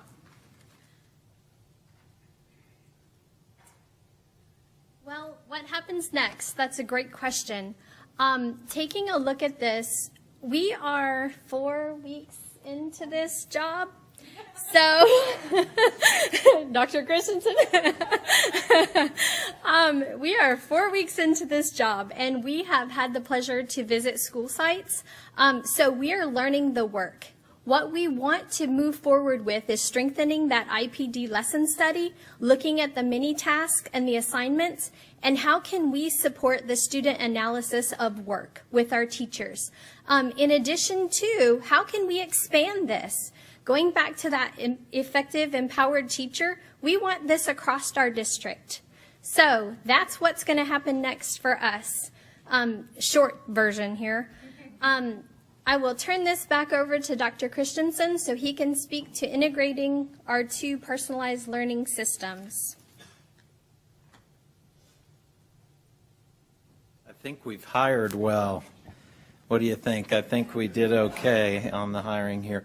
Just on this final slide, the integration, looking at over the course of the next 7 years, personalized learning for students, if we take 4 to 5 to 6 schools at a time each year and really start delving into this work, because this doesn't happen overnight. This really is a move from a traditional approach to very much a personalized approach. But you think about it, where are we going to be a decade from now? I mean, is it really going to be the brick and mortar that we see right now, or what are schools going to look like? So why shouldn't we get in front of this as a district and really press on this so you can see that we believe by 2018 we can really have the infrastructure in place for our teachers and leaders so that they can understand conceptually where they need to go for the kids, because we need to build that infrastructure so they can go from there. So we very much appreciate your time, and again, thank you to Kathy, Andrea, and Kelly for their work in preparing this. Thank you.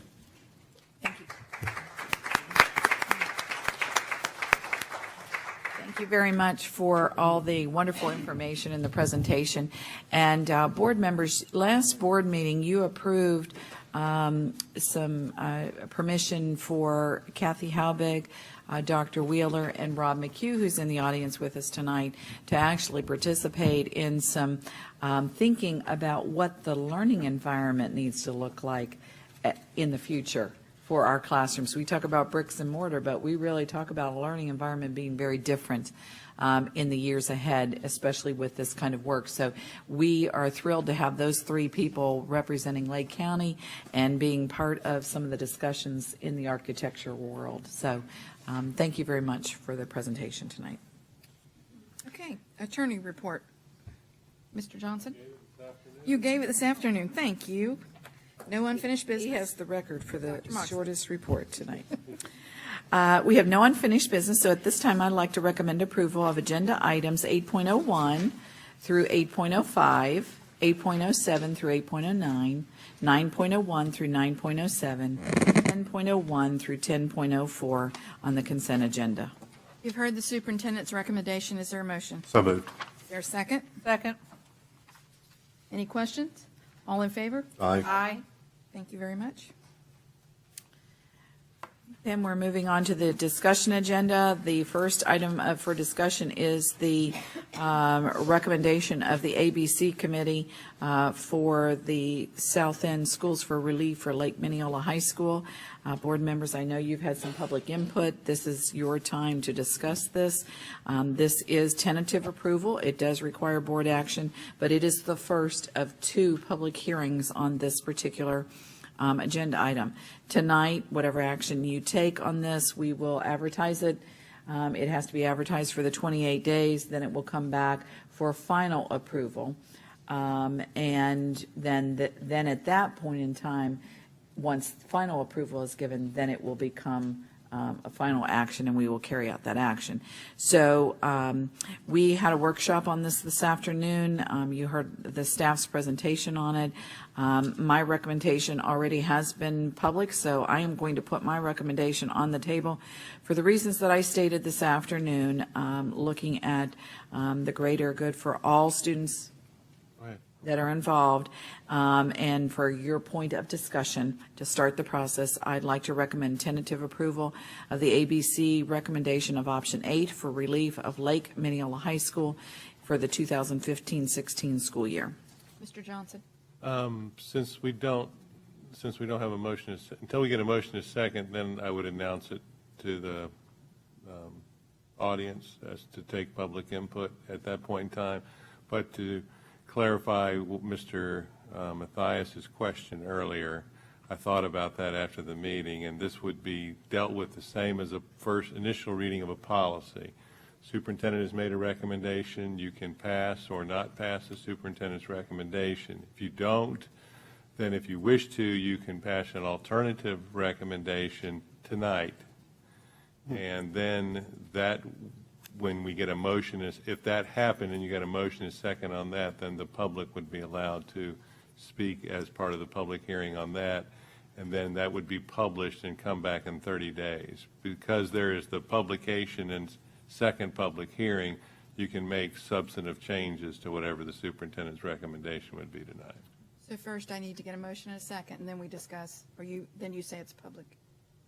If you get a motion and a second on the superintendent's recommendation, we would go to the public. If you don't, then you would decide what you're going to do, and then if you get a motion and a second on some motion, we would then bring it open to the public. You've heard the superintendent's recommendation. Is there a motion? So moved. Is there a second? I'm passing the gavel to second. Okay. With that. I didn't get to touch it. Here, touch it. Touch it. With that, there's a motion and second to approve the superintendent's recommendation of the tentative approval of the ABC recommendation for option 8 for relief in Lake Mineola School in the 2015-2016 school year. And I would think that, for the record, before we offer anyone to come to speak, there's only a map in the agenda book. My understanding, listening today, that the recommendation is more than a map.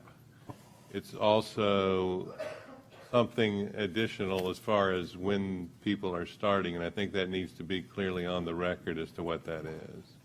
Mr. Fix? And that with that map, that would be a phase and attendance boundary such that the young people that are in presently in 8th grade rising to 9th grade would, and that in that area would be going to Lake Mineola High School, would be rezoned to South Lake High School. Of course, that wouldn't be true of any new move-ins into that area. That will continue every year after this year. So that the next year it would be 9th, 10th, the next year 9th, 10th, 11th, and then in the 4th year 9th, 10th, 11th, 12th. Is that perfectly clear for everybody? That's clear, but I'm not clear. Once we have a discussion and once we vote, then we can make a recommendation for another choice, yes? Yes. Okay. I didn't know if it was the Okay, sequence. with that clarification as to the mechanics of option 8, is there anyone here in the public that wishes to speak to this particular matter? If so, please come forward to the podium at this time.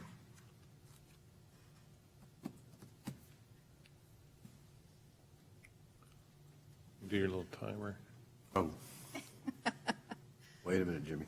Well, I'll give him a Who name, you Jimmy are. Nussbaumer. I'm not exactly sure what the protocol is because I didn't make the agenda, but I feel like I've heard that there may be some questioning about this, and I really just wanted to answer. I'm just going to tell you, Mr. Mathias, if you've got questions about it, I'd love to answer them now. I've got a vote I'm going to make. I've already talked about it, Jimmy. You and I spoke about it. I'm good with where y'all's head is. Okay.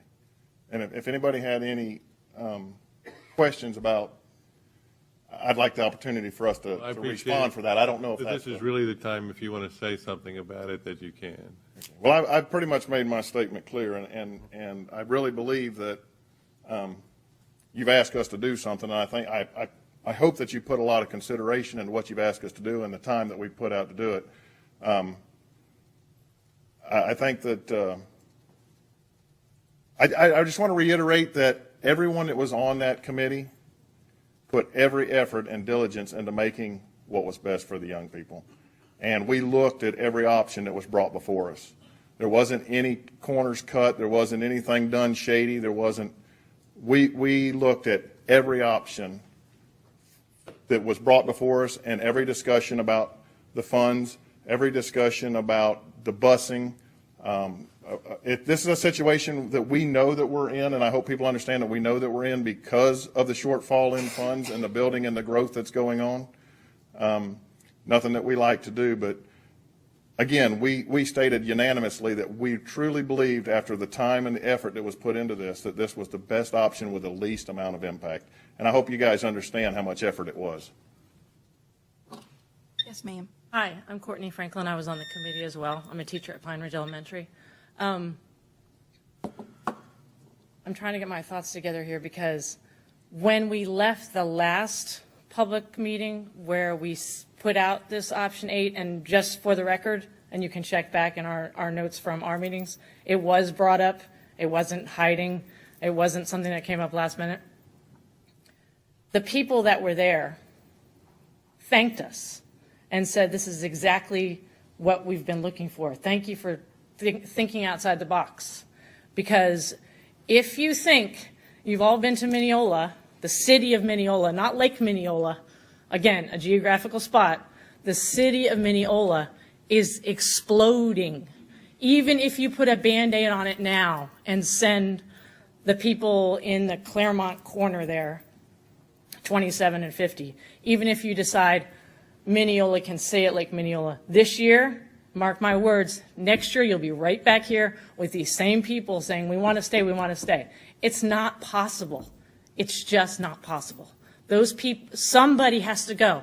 And I have to say that I resent the fact that someone would say, I have 2 boys that go to South Lake High School, that someone would say someone wouldn't buy a house if they have to go to South Lake High School. Because my 2 kids are thriving at South Lake High School. There are so many faculty members, they're on that report of AP, just like Lake Mineola is. They're part of the reason we're on that AP honor roll, just like Lake Mineola is. So I just want to say I resent that remark. But we have to do this. If you don't do this now, next year, the year after that, the year after that, the year after that, you'll be looking around for another solution. Thank you. Thank you. Mr. Foley? Greetings again, board members, madams. Hold on, it's got to get your timer Oh, going. okay, thank you. Greetings again, thank you very much. You know, through all the meetings and tonight and at the public input meeting that we had, I kept hearing this community over here on one hand talking about their interest in being intact, complete. And it's all fine and good. And I looked at that, and I was actually the one that suggested that we bring option 6A to the public input meeting, because I think we needed to look at a fair and balanced approach. We needed to consider all factors in this thing.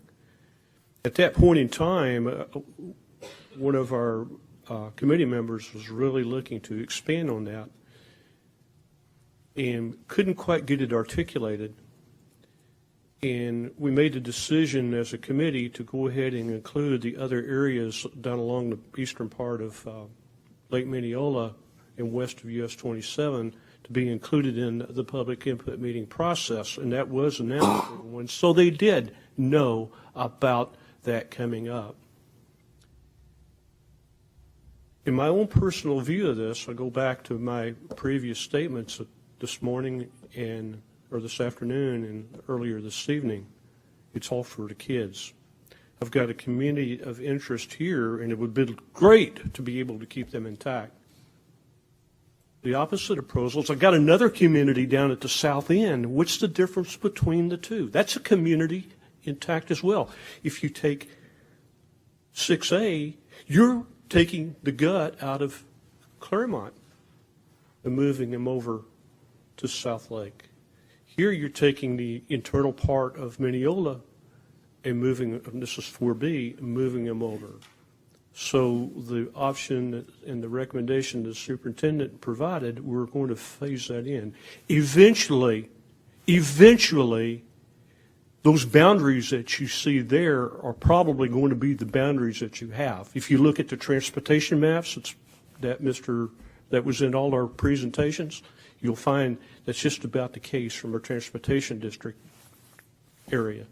So at this point in time, taking this approach, it's going to give you some ability to be able to hopefully look and plan for what's coming about. Groveland's got what I call a Damocles sword hanging over its head. Mineola has a bigger Damocles sword hanging over its head. All kinds of approved lots. We all know that. We don't know when it's going to happen. We've got no crystal ball to make a determination. So what we do now is we take the best approach and make it minimized impact on the kids, not on the communities. Thank you. Thank you. Mr. Johnson? Ready? With all due respect, Mr. Nussbaumer does not live in the city of Mineola. Matter of fact, the part that's being cut out, there is no person represented on that committee from the area that's going to be carved out under map option 8. The difference between the city is the city of Mineola fought to get that property donated to the school. That's 60 acres that will never be taxed, while Mineola's residents continue to pay for the cost to provide police, fire, EMS, and public works services to that school for the rest of its life, 50 years at least. With map option 8, you're going to have residents that are paying for those services that are going to be denied the opportunity to go to that school. That's all I have. Thank you. Thank you.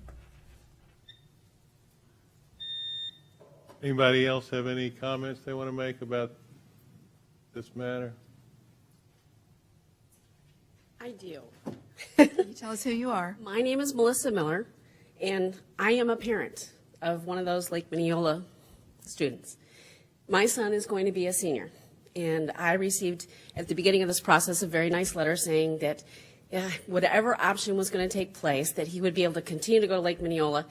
If the option, I actually live in downtown Claremont on East Avenue. So I would be in one of the options where he could possibly not be given the option to go to Mineola. He would be going to South Lake. With the waiver for him being a senior, I would still be able to have him go to Lake Mineola if I provide transportation. So when I first attended, I've attended 3 of the meetings, and when I attended those meetings, I was a little disturbed about the 2 options. I was kind of going through and listening. I want to thank the committee because at all of the meetings that I attended, they took an awful lot of grief. And not one time did they lose their cool. They listened to all of the parents. Option 4B, 6A. I knew about option 8 from my student when this whole process began. That was the very first thing they talked about, that the incoming freshmen would be going to South Lake and everybody would be staying put. So this was not a surprise to me. It was a relief when I got to the last meeting and option 8 was finally given a voice. I will tell you that there were quite a few parents at that meeting, and I was not the only one with the sigh of relief. There were still a few, all about Mineola, Lake Mineola. Sorry, don't agree. And there were a few that had problems with having 2 students in different, but to be honest with you, 95% of the students all want to stay where they're currently going. 95% of the parents that attended that last meeting for option 8 were all on board. And that's all. Option 8 is the best for the students. And again, I would just like to thank those committee members. Thank you for your time. Thank you. Any other member of the public that wishes to comment on this matter? Madam Chairman, I believe that closes the public comment portion. Okay, we have a motion and a second on the floor to approve the superintendent's recommendation of option number 8 with the caveat that Mr. Fix brought up in the phasing. Can I make some comments? Yes, ma'am. Okay.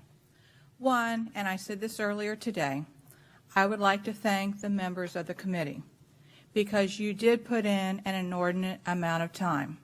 You gave your time to do what you felt is right. You came back with a recommendation, and I believe in my heart that you went with your heart and said that this is what is the best for these students. What I like about this, and I know we can't make everybody happy, and I'm sorry to the city of Mineola. I wish it could be different. But when you know that you are not going to now disrupt students who are in 9th, 10th, and 11th grade, that they now will have to switch to another school in order to finish out their high school career. And some of you mentioned that tonight. And it means a lot to them to be able to finish where they started. The students that would be coming up, yes, they may have been looking forward to going to one school or the other, but they then can have the opportunity of getting excited about going to one school or the other. South Lake High School is a wonderful school. I know people are in awe about Lake Mineola High School. It's the new school. It's got all the bells and whistles. It's got some programs that none of our other high schools have. But we have awesome high schools throughout all of Lake County. We have high schools that don't have many of the things that South Lake has, what East Ridge has, what Lake Mineola has. The other point that I would like to make here is growth is back. And I have been saying for the 6.5 years that I've been on this board, we need to be able to fund our schools. We are $30 million in the hole because of no impact fees. If you think $2,500 a home is going to get us a new school, a elementary school estimated about $20 million, depending upon what the price of the property would be. It would take 8,000 new homes in non-55-plus communities, because 55-plus communities do not pay school impact fees. They pay transportation, but they don't pay school. And I understand that. I really do. But so much of our community does not understand that. And so where are we going to come up with the funds? Southlake is exploding, but I have to tell you, there are needs up in Fruitland Park. There are needs over in Umatilla. There are needs all over our county. This board is strapped for money. And so for people to think that we can just go borrow money, guess what? We have no bonding capacity to go borrow money. We are still paying off debt from schools that was built before Debbie and I came on the board. And so the growth is back. And even at $7,500 a home, that's still not enough to be able to fund new schools. Southlake is going to need another high school. It definitely needs another middle school and an elementary school. The growth that are down at the Four Corners is overwhelming. We have looked at land, and I have to tell you, I don't like where some of the proposed land properties are. But in order to be able to be affordable, that's what we're looking at. So whatever decision we make tonight as our first reading, and then coming back in 28 days or 30 days, whichever it falls, we need the community to get behind our schools. Because you know what? If you say, well, just go ahead and put portables on a campus, it is so expensive to put portables on a campus. I go back to Grassy Lake Elementary. We had an opportunity to build 10 permanent classrooms. A prior board did not want to spend, at that time, $2 million, which came down to $1.4 million, and we spent $650,000 to put in 5 portables. And they're overcrowded. So we have to be able to look, not even long-term. I mean, long-term is a year, 2 years, 3 years out. And so we are having to make very hard decisions. But in this regard, I don't want to go against what the committee has worked so hard to do, the input that you have received from the community, and also what is least disruptive to our students. So thank you. Anyone else have any comments? Before we vote? Thank you, Roseanne. I have the pleasure to serve both South Lake and Lake Mineola as your representative. And I want to thank the hard work of the committee. Mrs. Franklin sent me an email when they had made a decision that I didn't know about an 8, so I had a chance to get with Mr. Fix. And Jimmy, you and I spoke about it a couple of times. And I am very grateful for the time and the effort that y'all spent. I also want to say that I was at the December 15th open meeting and open forum where the public spoke. And overwhelmingly, the public spoke about 6A. And for me, I have tried to wrestle with this because I don't want to go against this committee. I mean, y'all put all the hours in and the dedication and the grief, and yet I just can't get there. I really do believe that there's something to be said for the merits of holding a community together as best you can. And 6A did that. And the people spoke en masse that they supported 6A while I was there. So while I regret that I cannot vote with y'all's recommendation, know that I know the hard work you did. I know how passionate you all are about this, as I am. And that's just where I'm at. And by the way, anybody going to South Lake, they will be fortunate because there's no more active parents that I've ever been in my life. Go to a SAC committee meeting and see for yourself. Okay, do you want comments or do you want to vote? Well, I've got a similar dilemma where I'm wrestling as well. And I struggle once again with the idea that I know that option 8 did exist, that it wasn't completely brand new at the end, but in the public's eye, I don't feel like they adequately knew about it. That night of the public input meeting, there were only 2 maps on display. The map 8 was not. that so many folks, I have to wonder if that would have driven discussion a little bit differently. And while I want to preface all this with what I will absolutely applaud from this committee is that they were able to identify a plan that kept existing Lake Minneola High students at Lake Minneola High. And for me, that is very important. But I just struggle with once again, knowing that it was a unanimous decision from the committee, and I understand and can appreciate all the hard work that went into it, to have come so far but have this hiccup with this option 8 and whether or not the public really had an adequate chance to voice their concerns over it. I guess in the ideal world, I wonder if, I know time was really of the essence here as we think about the process leading up to March and determining allocations. But when the committee decided that option 8 should be presented for the school board, if there was a publicized venue specifically targeting option 8 to be spoken about. Did I just ask why 8 wasn't at the December 15th meeting? Was there a reason that it wasn't presented that night? Yes. Yes. Harry? And Harry touched a little bit on it this afternoon, but let's ask that. Yeah, definitely. Question. Sure. Thank you, Superintendent. At the, and I've got to go back to my notes where I had the dates. At the meeting previous to let me first back up and say a community input meeting is the ABC's community input meeting. It is not. All of their meetings are open to the public. What they generally try to do is narrow something down to one option or maybe 2 options to take out and say, okay, now we want to hear from everybody all at once and really make a big community meeting out of it. The great thing about this process is, quite frankly, every meeting was a big community meeting. But having said that, the meeting before, I'm thumbing through trying to find the dates here, the meeting before our community input meeting, which was December 8th, the ABC toward the conclusion of that meeting said, basically, let's go back to that notion that we were originally talking about of only impacting the rising 9th graders, so today's 8th graders.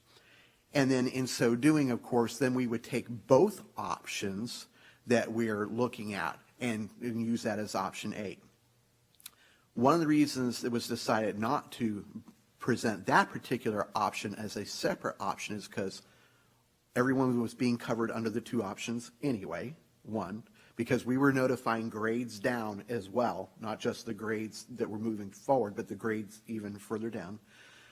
But the other thing is, one, we would have 3 options then out there, which might be confusing for people. And also, because it's next week, we know staff, you don't have the time to pull together the numbers that we would be able to see before we're going to have it presented to us. So then we said, okay, let's go with the 2 options. We'll notify everyone that would be impacted by option 8 anyway, and covered it that way. Now, having said that, then after hearing from the public and listening to more than I'm for 6A or I'm for 4B, because basically, remember, if somebody's saying that, they're saying, move them, not us. Is what it really is. So the committee hearing that, not I'm in favor of 6A or 4B, but move them, not us, said, you know what, it really comes down to how can we least impact our present students? And that's what then got them back to, as was said by a parent, who I didn't know she was going to bring this up this evening, Ms. Miller, who said it brought them all the way back around to where they had begun in the original, in the beginning, and that is looking at impacting only those students that would be rising 9th grade students. But Harry, what you said today was it is a phase in. If we go with 8, we don't get the count that we were looking for. We don't know what the transportation costs are going to be yet, right? And we don't know that it's a sustainable model. We get half the, we know it's as sustainable as any other model out there. We know that My point. We know that we get half the students in the first year, and then it continues to grow so that we get there. The other thing in transportation, and my question on that is, I'm a ninth grader. I'm either going to South Lake or I'm getting on a bus and going to Lake Mineola. That area, if they're going to ride the bus and that area qualifies for transportation, which it does, I'm either going this way or this way. If I'm your brother and you're going in the ninth grade and I'm going in the 10th grade, I'm getting on a bus and going to Mineola, and you're getting on a bus and going to South Lake. That's right. But We've got two different buses. But I'm not taking up the seat on the bus you're on, therefore someone else can be on it, so I'm on another bus going this way. Two separate buses. But it's still transporting the students. Okay. Thank you. And it may not be double the routes, because we have routes going in all of that. The only comment I'm going to make before we vote is that we need to be cognizant of taking care of the students. And if number 8 protects the students that are there now, that's the reason I will vote for it. Yes, ma'am. The only other comment that I want to share is that, and this is a hard decision to make, there's no question about it, because somebody's got to move and somebody's going to get to stay. Hard decision. You know, we have been through this ABC process many years, and some of us have been here long enough that we've seen before we had this process. And it is an arduous task, the ABC process, where board members, you are able to appoint people from the community to have that representation. Staff works with them. They have put hours and hours. I have, they have done just the arduous task of looking at every data point they can possibly make. And having seen that process, if they weren't doing that, we would be up here trying to figure that out, and without the assistance of the people from the community. And I have to commend them and respect the time and the expertise and the diligence that they did to do the due diligence that they did in this particular arena. And I believe that you have to be student-centric in the decision. And we are too dense in population down there that we're going to be facing this again and again and again. And it's just too disruptive to families, to people, just to even go through the whole process. So those are the reasons why I made the recommendation that I did. And I just have to, again, commend the people that put the time in to come up with a solution that is a workable solution. Okay. Everybody ready? No, I've got another question. There was something brought up, and I just want to verify if this is true or not. But there was a statement made earlier that not a single person on the committee is affected by option 8. Do you know if that is true or? That is not true. That is not true. Okay. And I believe you even have some correspondence from one of the committee members who is impacted, and will have a split. In fact, I have copies of it right here if you don't. Yeah, I got it too. And she said option 8 was the best.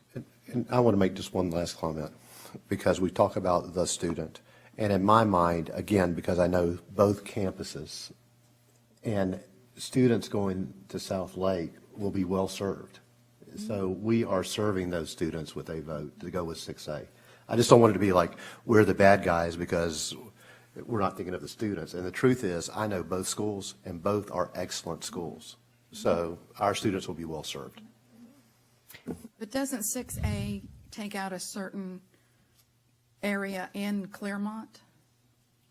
It does, but even beside that, it's not that they're not well served in going to South Lake. Remember, the final consideration that got the ABC where they are is students that are in existing programs at whatever high school they're Right, in. they don't need to be moved. In South County get to finish those programs. And that, I think what tugged on our heartstrings, and I think Mr. Nussbaum spoke to this more than any, was hearing from the students. And we got to hear from some very wonderful, articulate students that really spoke to the committee about the programs, about the Chinese Mandarin, about the lacrosse team. I mean, on and on. That kept us all up at night, going over this. How can we do this without impacting them? And that's what it became. Can I ask a question, a clarifying question? So it's advertised, it's approved, it's advertised for 28 days, and then the final decision is made. That Another public hearing at the end of 28 days or more after this meeting is over and it's put in the paper, so the public will have another opportunity to come back and speak to the issue. Yes. But nothing else would be considered during that time. No. Between now and then, well, I mean, I think a lot of folks are probably excited about the idea of being a phased-in approach. I mean, certainly when we talk about the life of a student, that is the way that you create the least amount of impact. And so, once again, I'm excited that the plan before us tonight keeps, existing students intact. But I have to wonder in my own mind, what would 6A look like with a phased-in approach, and knowing that there is flex space available at the school, and maybe we just continue to utilize some of that space. Do you want me to talk? You can, and then I'll have a comment. The result would be about a fourth of what we see in this, because of course half of what we would see in this. So the result in the movement of the students that we see taking place over 4 years that relief takes place over 8 years. And then what will more than likely happen is, because the school will continue to grow, those flex spaces will be used up, and then the board will be looking to place portables there. And in an early conversation with the superintendent, I would tell you that's fine if the board wants to pay to start placing portables there when you have available capacity at a neighboring school. That's all right. As far as I'm concerned. You will make use of those flexible spaces. You will increase the growth that's coming through the doors every single day. She sees it every single day. You all have, the reduction in the movement, and we will be looking for August of next year, having to put additional capacity with the price tag that goes along while you are looking with empty seats in another high school.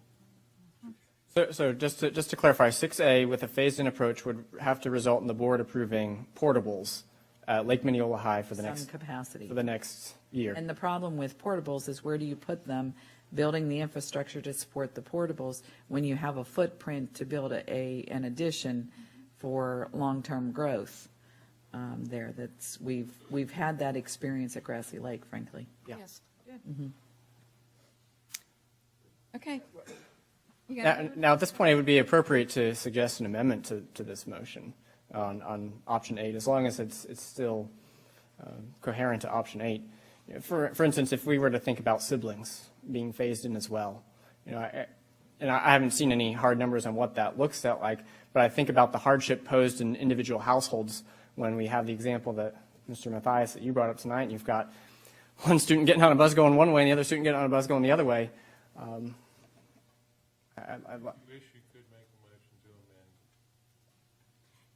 Is there any sort of data on that to make sure that I've got the right education before I propose something? Sure. The only thing that I would have you think about with that, and totally understand why you would want to consider that. You might want to consider, how long does that go on? Because, for example, if I have a sibling coming up in a year, or does that mean I have a sibling coming up in 6 years? Yeah, they could be in elementary school. Sure. If we're talking about immediate sibling within the next year, I completely understand why that you wouldn't want to break up a family. I don't believe, and Harry, I don't know where he went. You don't get away that easy.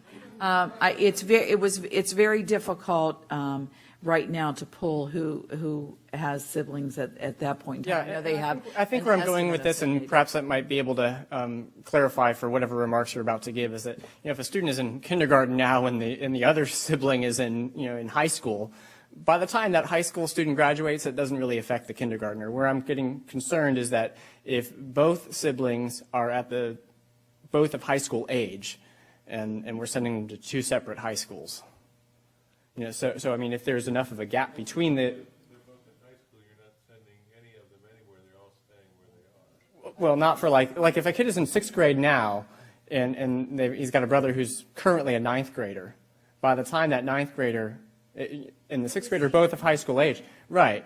So I guess, you know, where I'm concerned is when the gap is that close, not beyond that, where a student has graduated from Lake Mineola High, and then 4 years later, here comes a sibling ready to go into high school, because, you know, that doesn't really affect them the same way that the two students are currently living at the same place. The only other factor is that when you talk about that close, there's a 3-year gap there in that example. Yeah. In 3 years, you're going to be really back to this table having another conversation, because all 3 schools are going to be maxed at capacity, and you're going to be talking about building wings or building another high school.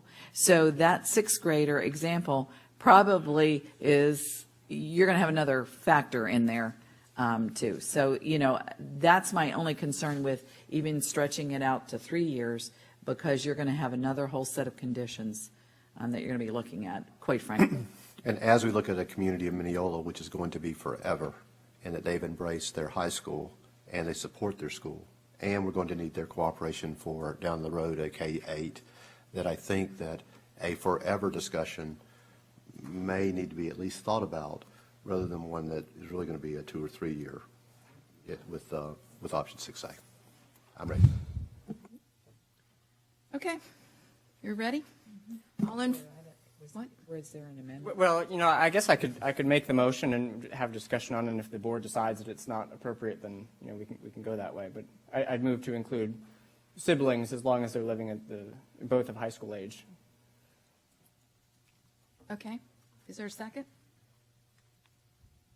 All right, that made that pretty clear. Okay. All in favor of the motion? Aye. Aye. Any opposed? Aye. Okay. Fails.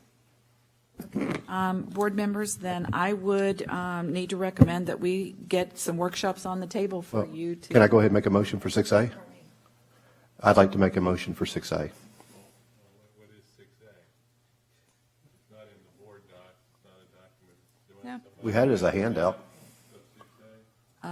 Mr. Fix, would you please come forward and give a brief description for the record 6A, you got it back there. of 6A?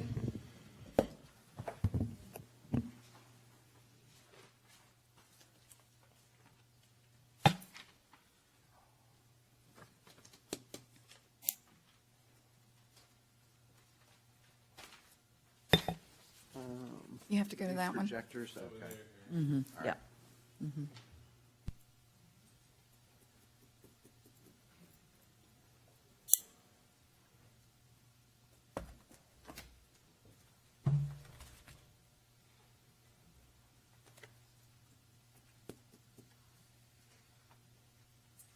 I think the best way to demonstrate it is to put a map up of option 6A. Option 6A looks to, if you'll look at the yellow areas, and of course the focusing in down here on the area that is west of 27 and north of Highway 50, so the downtown, we call it the downtown Claremont area, if we have such a thing as downtowns. That would look to move those students from Lake Mineola High School to South Lake High School. Students that are shaded yellow? That is correct. These areas up here are largely vacant right now. That's why the numbers of students, any numbers that you're seeing, would be arriving from down in here. So let me give you an overall. While Harry's doing that, can I just make sure that everybody understands, by not voting for 8, you are saying to every 9th, 10th, and 11th grader, you are now changing high schools. You are moving from the high school you are in, and you're having to move because the majority of this board wants to disrupt their lives. All right. that's not where my intention is. Well, but that's But we what's don't going to have- happen to these students. We don't have a motion yet, but and perhaps this is a challenge to the district to bring back what the numbers look like for 6A with a phased-in approach. That so far everything I've heard today is theoretical, which makes it hard for me to vote for 8. If that's the only option that is going to keep Lake Mineola High intact, then I would have supported it. But I just have trouble understanding that that is the only option. Harry, was that the only option that kept Lake Mineola intact? It was the only option that the ABC recommended that kept students in their current high Current schools. school. That's intact. So keep in mind that these children, they're still young adults. They will be moving out of their programs, out of their CTE programs, out of their language programs, and out of their sports. Point of order. I had a motion I was making, by the way. Well, I guess I just want to make sure that it is understood. Point of order. Okay. Made your motion. Okay.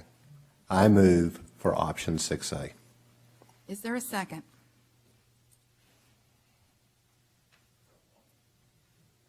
No second, so it fails. Now, what would you like to do? Stephanie, you have an idea? I think I'm on the board, on the same side with Mark, that I feel like if we could just get a little bit more of the, it's very speculative, and I realize that in the state of growth that we're looking at, it's all very speculative, but I still feel like the figures weren't hard enough to come to it. And even with 6A as an option to keep Mineola together, to have the city come in and support us, and to know that in the future we're going to need them, I think that is something that affords a conversation, as well as what is the cost of transportation if we phase in 6A, or if we phase in a later group of 6A, I think you tried to speak to that earlier, Mr. Mathias, where you phase in 11th graders and 12th graders as an option, as opposed to phasing in all the ones upcoming and keeping some of them consistent. I just feel like if we would have had an opportunity to hear just a little bit more of the discussion, if that was indeed discussed, because I do appreciate the committee and the work that they did. It seems, I want to do what's right for students by all means, but I feel like those are the questions based hypothetically that could find us in the same exact position here next year or the year after.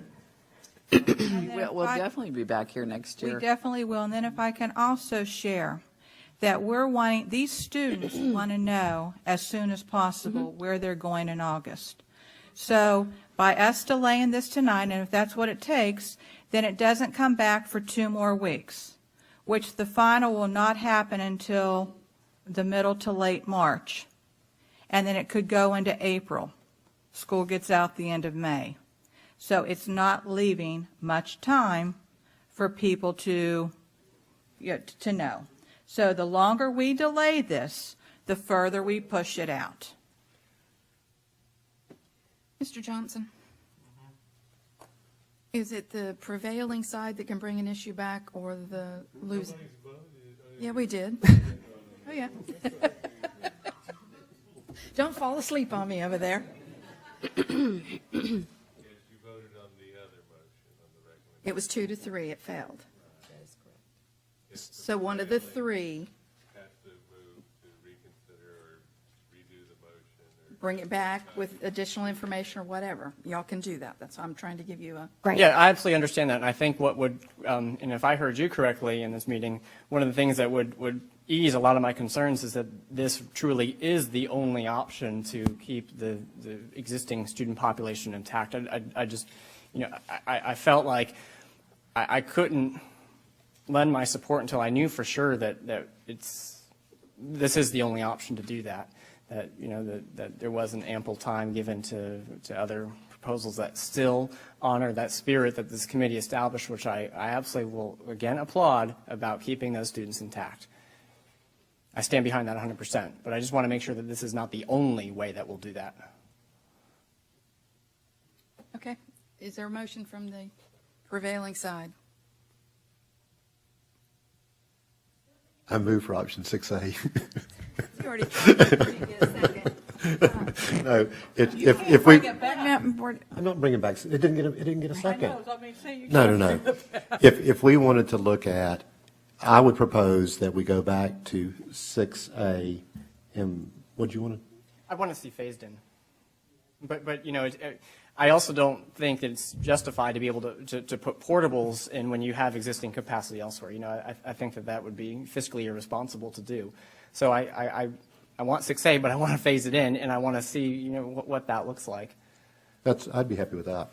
I'd be happy with that. Well, if we can give us time, I can go through this notebook and I can probably find the numbers that show it by grade progression, and then I can say to you, okay, if you look at only 6A, or if you look if you look at option 6A, then that means for the first year, and we can start looking at the numbers of students.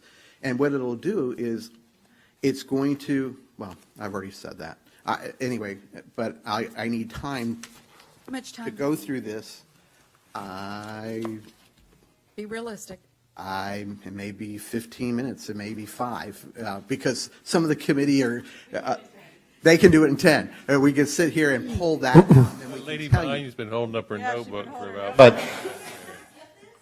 But Mark, I mean, just so I'm clear, Mark, would you be comfortable if it were seniors and upcoming juniors? Or do you want to see 9, 10, 11, what it looks like? I really struggle because I know from my own personal high school experience, and I've talked to many students along the way, that really that begins the moment they step on campus and they're starting to establish themselves in leadership positions throughout clubs and athletics. And when we talk about some of the career and technical programs that are so unique to this school, I don't want to disrupt any of that at any level. And so maybe what I'm asking is completely unfeasible, but I guess I just want the good conscience to know that before I cast the vote.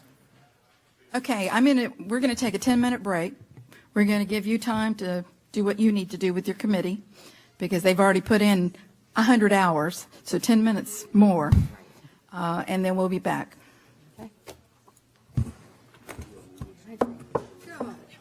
Wait a minute, hold on. David's got to get us back on. Okay, Mr. Fix. If you remember in option 8, we talked about in the first year of moving just the 9th graders that would be about 130 students. And I said that if we look at only one option or the other, that number reduces to about a half. In fact, when we looked at the table we pulled out, in fact, it's 70 students, so about half of those students. So in fact, what then happens is the result of Mineola getting relief is delayed for a number of years, and in fact, quite frankly, may not be in the fact that it's probably growing by more than the 70, and then the next year 140, and the next year the 210, and I'm not a math major, so 280, eventually as all those grades move through. So it's just not getting the relief quick enough is how the ABC looked at that, in terms of not getting the relief quick enough and not providing with keeping within the capacity constraints that were there. Okay, questions of Mr. Fix? Where'd you get your answers? Yeah, I think that answers it. So it would only displace, or it would only save us 70 students by using 6A with a phased approach. That is correct. We anticipate that growth will exceed. I'm sorry, that's not even on. So we've anticipated that growth will exceed the amount of students we would gain. It will at least equal that, if not exceed it, unfortunately. And so then if we were to not support this plan, the only way to do a phased-in approach would end up having portables, which doesn't seem like a financially sound approach. Okay. And that's, I have the information I need. Okay. Can I ask a question? Is there any way, if we do option 8, that we will be putting in portables next year on Lake Mineola because of the incoming students? you shouldn't need to, no. Not next year, but I would assume 2 years down the road. No, probably not then, but maybe the third year. Yeah.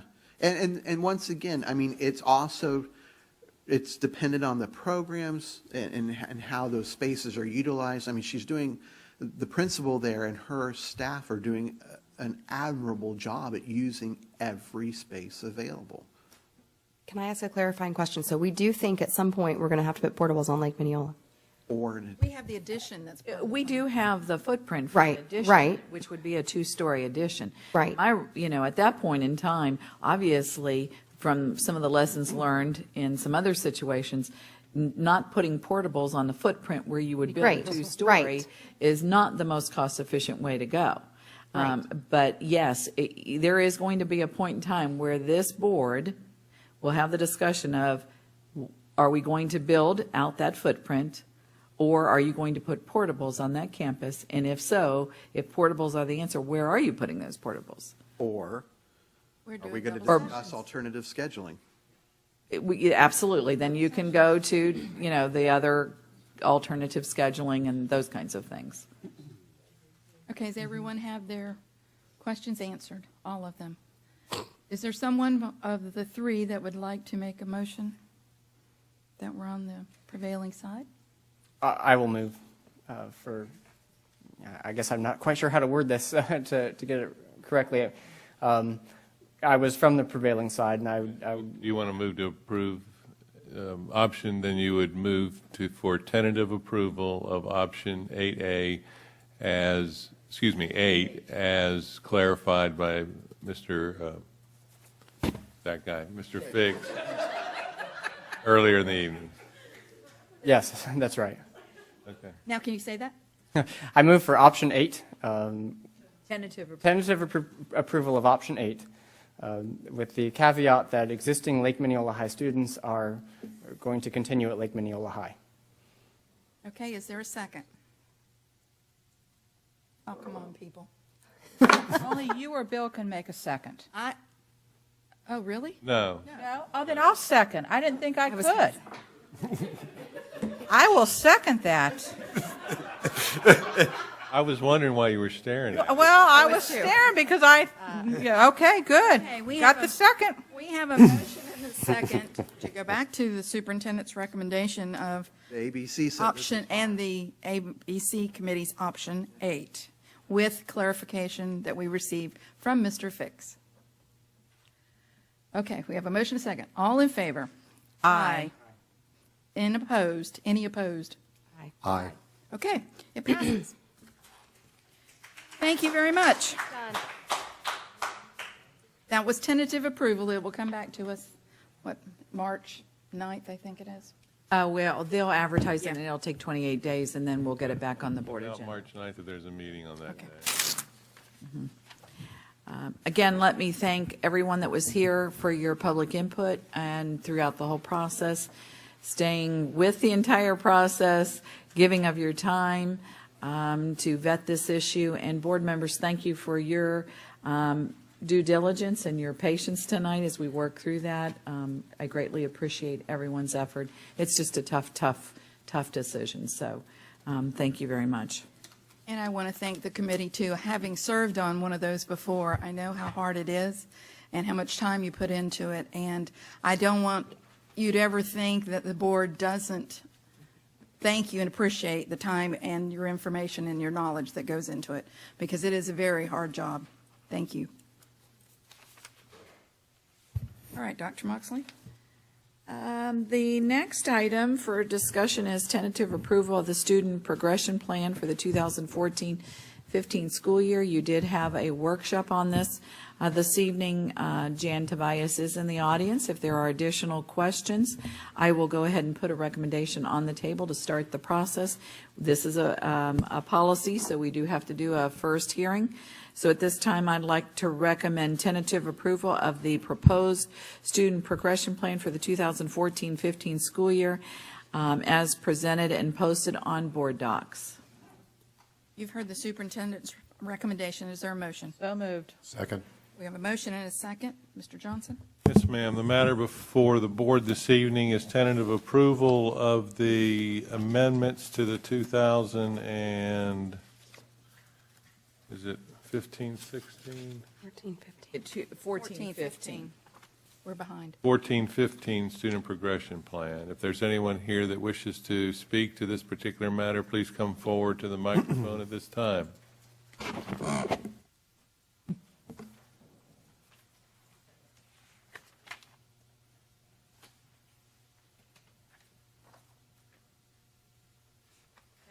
Sorry, didn't realize I would have to do this.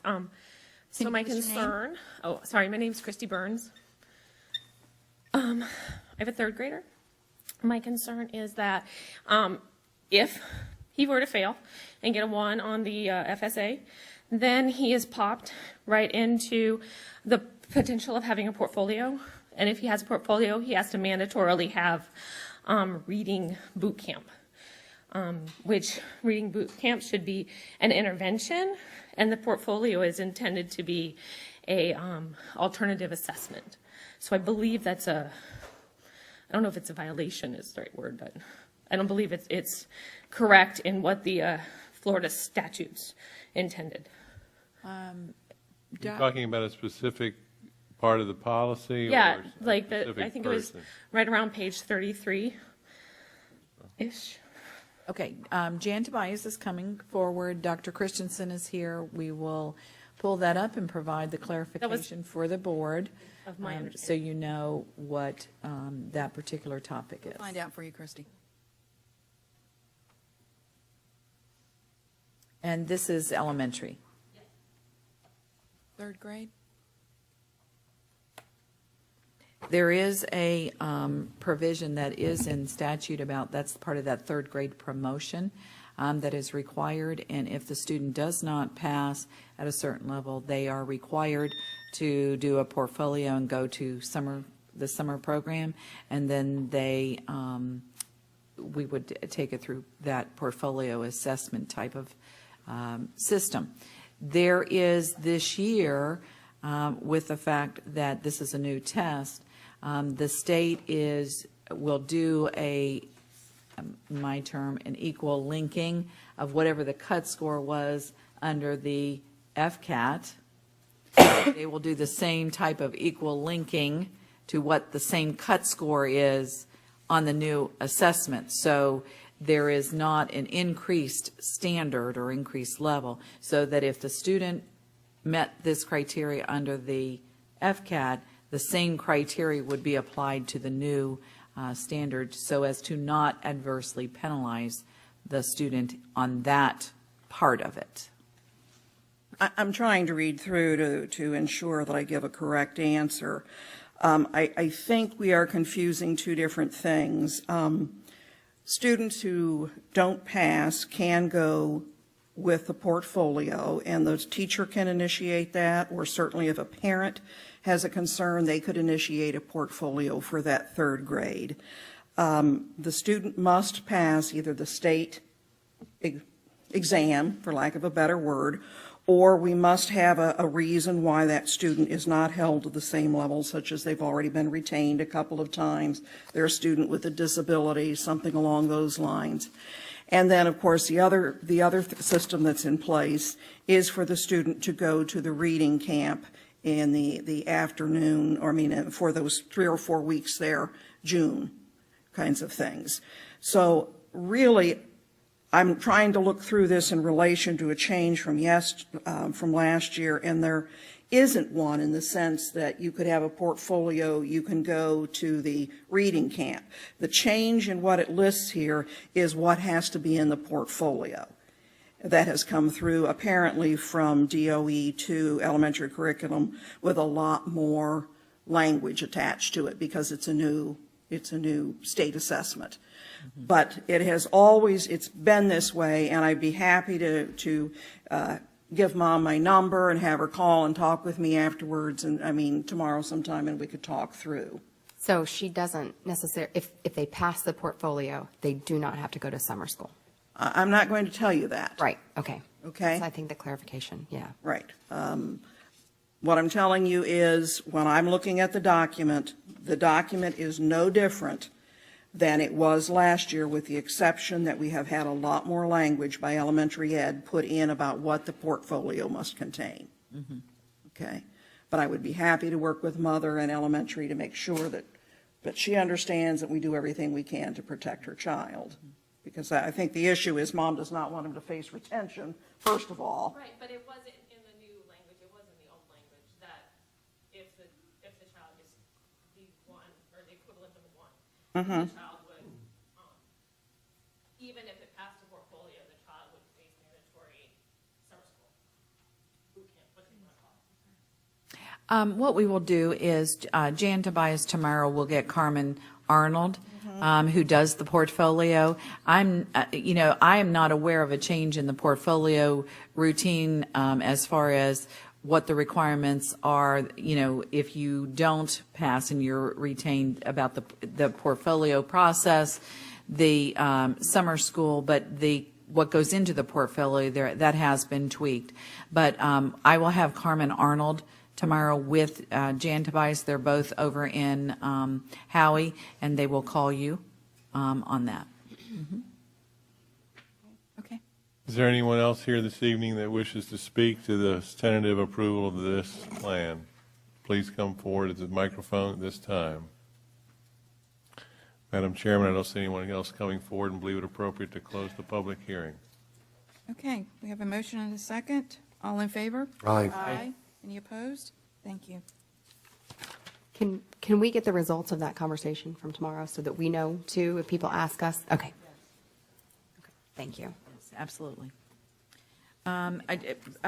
Board members, I just want to give you a copy of Mrs. Brandenburg had mentioned the Central Florida School Boards Coalition and the report and the work for Senator Simmons that was at the meeting. We had Kathleen Gingras was our representative, and they all worked on this. So I wanted you to have the document that was completed that Mrs. Brandenburg mentioned, and then some of the proposed language changes. So you have that packet. You can look at that at your leisure. The other item is that we received approval that we are in the March Master Board training. So that March, I think it's 5th and 6th. You should have gotten a direct email to each one of you. What I pulled here is that, remember at our retreat, there was a conversation because we have to do 3 4-hour modules after the initial 2-day training. Here is the list, and it's front and back, of some of the topics that are those 4-hour modules. So we will have to select 3 of these, of which you'd want to participate. So I wanted you to have the list. This is not something we have to decide today, but it is something that between now and March we'll need to have consensus. So we'll put that on another workshop at another time. And the only other thing I wanted to share with you, we have a leniency hearing following this meeting, and I wanted to applaud this district because we have been working on advanced refunding of our 2006 COPS. And you had given action and permission for us to do that, and that went out to market, and we were anticipating a $3.5 million savings by doing that, but because of our superb rating and because of the condition of the market, over the savings of the life of the bond, we will see a $7.1 million saving, which brings our total, $7.1 million total, which brings our total over the last 3 years of $17 million Awesome. in savings. So over the life of those bonds. So we're trying to do every efficiency, every option, every strategy we can to protect those precious resources that we have for our capital budget. So thank you very much. Okay. Stephanie. Celebrate Literacy Week. So I know there's a lot of great things going on in a lot of schools. I know you guys are all guest readers at some of them, and there's some fabulous things. So I definitely wanted to say that I'm excited about that. The commissioners come in, and we have some guest authors coming, and that's a really exciting thing. So congratulations to the schools for having a successful Celebrate Literacy Week. We had one of our Umatilla High School students was the student of the week for Fox 35. So way to go, Dakota Hammock. Kudos to him. He's just a stellar kid all around. So he's a really great representative from Lake County. And I just wanted to say again how impressed I am with the AP Honor Roll designation for Lake County schools and what a proud moment that is for you, Superintendent, and to the teachers and to the leaders of those schools. That's excellent, excellent work, and I just can't wait to see what happens from that. And I also definitely want to thank the ABC Committee because obviously it's a very tumultuous thing, and they did a fantastic job. So that's it. Mark? I as well would like to thank the ABC for not only all the work that they put in during the process, but also as we continue to try to proceed to a vote to be able to provide the information that made that more comforting. And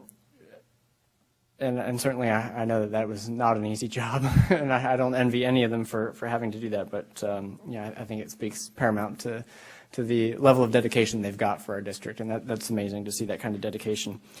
I'd also like to extend a little bit of gratitude to Windy Hill Middle this week. I was able to venture their way to get a little tour of some personalized learning classrooms in action, which I thought was really eye-opening.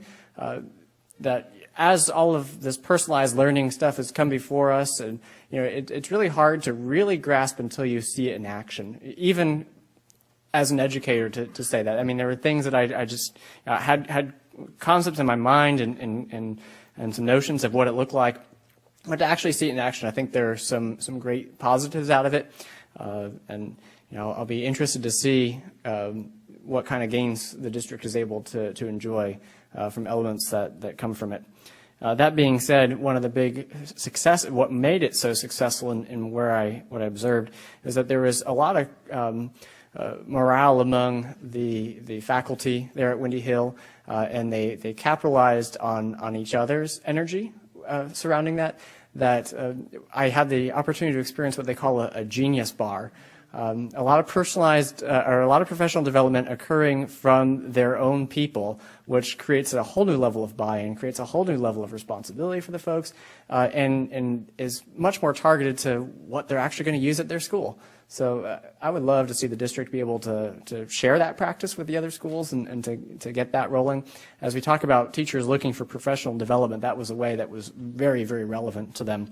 So I think that was a big success. And something else that I observed, which was unique, I had not seen elsewhere, was the excitement around finding new ways to use software. A lot of my experience so far in the district has been when, from a teacher side or what I've observed with other teachers, you give them a new piece of software, like, oh, another one? I'm barely learning the last one I learned. But what I observed in this was completely counter to that. And so I wonder if that is, once again, a product of it being more grassroots. So I'd love to be able to see the district continue to leverage that kind of feedback, that kind of grassroots, what teachers are really looking for as we go forward, making sure we're picking the right software items. And I'm excited about the Literacy Week. I'll be reading as well, and if any of you have the chance to catch it, it's a book called Mark the Magnificent. A little boy who grows up to be a magician, and there may or may not be a production of a live bunny rabbit at the end of the book. So. Wow. Is it Mark with a C or a K? It is with a C. Mm-hmm.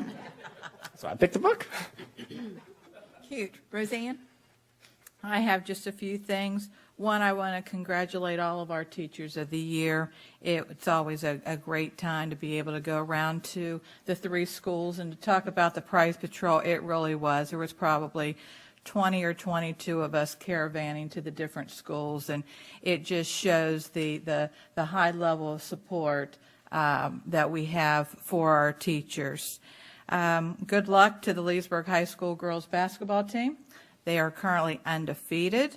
They are playing Wednesday in the district tournament, and then the championship game will be on Friday, so I am pulling for those Lady Jackets. We had the SAC meeting at Leesburg High School in the afternoon, and Dr. Moxley was there along with members of her staff. We had an amazing turnout. We've never had that many people at a SAC meeting. To be able to get input from them with regards to the qualities of what they're looking for in our next principal. And to say that we could ever replace Mr. Miller, there is no way.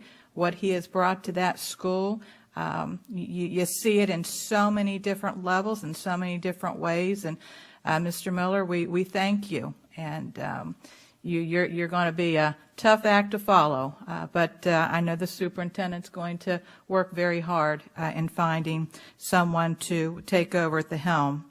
I want to congratulate Robert. I know Robert left. I think he had too much fun. We had the MLK Student Literacy Awards 2 weeks ago, and we had almost 3,100 students who submitted an essay in the MLK Essay Awards, and Robert received an award for an essay that he had submitted. Sweet Treats for a Cause benefited the Educational Foundation, and it was held on Saturday. And would like to say congratulations to Leesburg High School, Eustis High School, Umatilla High School, and Tavares High School. Their culinary arts students provided the food and did an outstanding job, and Leesburg High School Culinary Arts walked away as the best food. So that was fun. And then the Leesburg Chamber breakfast last week. Each month, the Leesburg Chamber is bringing in a group from one of our Leesburg schools. And on Thursday morning, we had the chorus from Fruitland Park Elementary there to perform for us that morning. So there are a lot of wonderful things going on in our district. It's going to be great to celebrate Literacy Week, and just appreciate all the support that we receive for our schools. So thank you. Bill? I'm good. You were just waiting to do that. I was good. I wanted to let Ms. Luke know, on the committee appointments that we did, and under the planning and zoning, every municipality has their own planning and zoning, and they like the input from one of the board members. Eustis has asked, Ms. Fisher served on that, so they've asked that you do that. So if you could get with the secretary over there, they'll tell you when the meetings are and when you need to be there.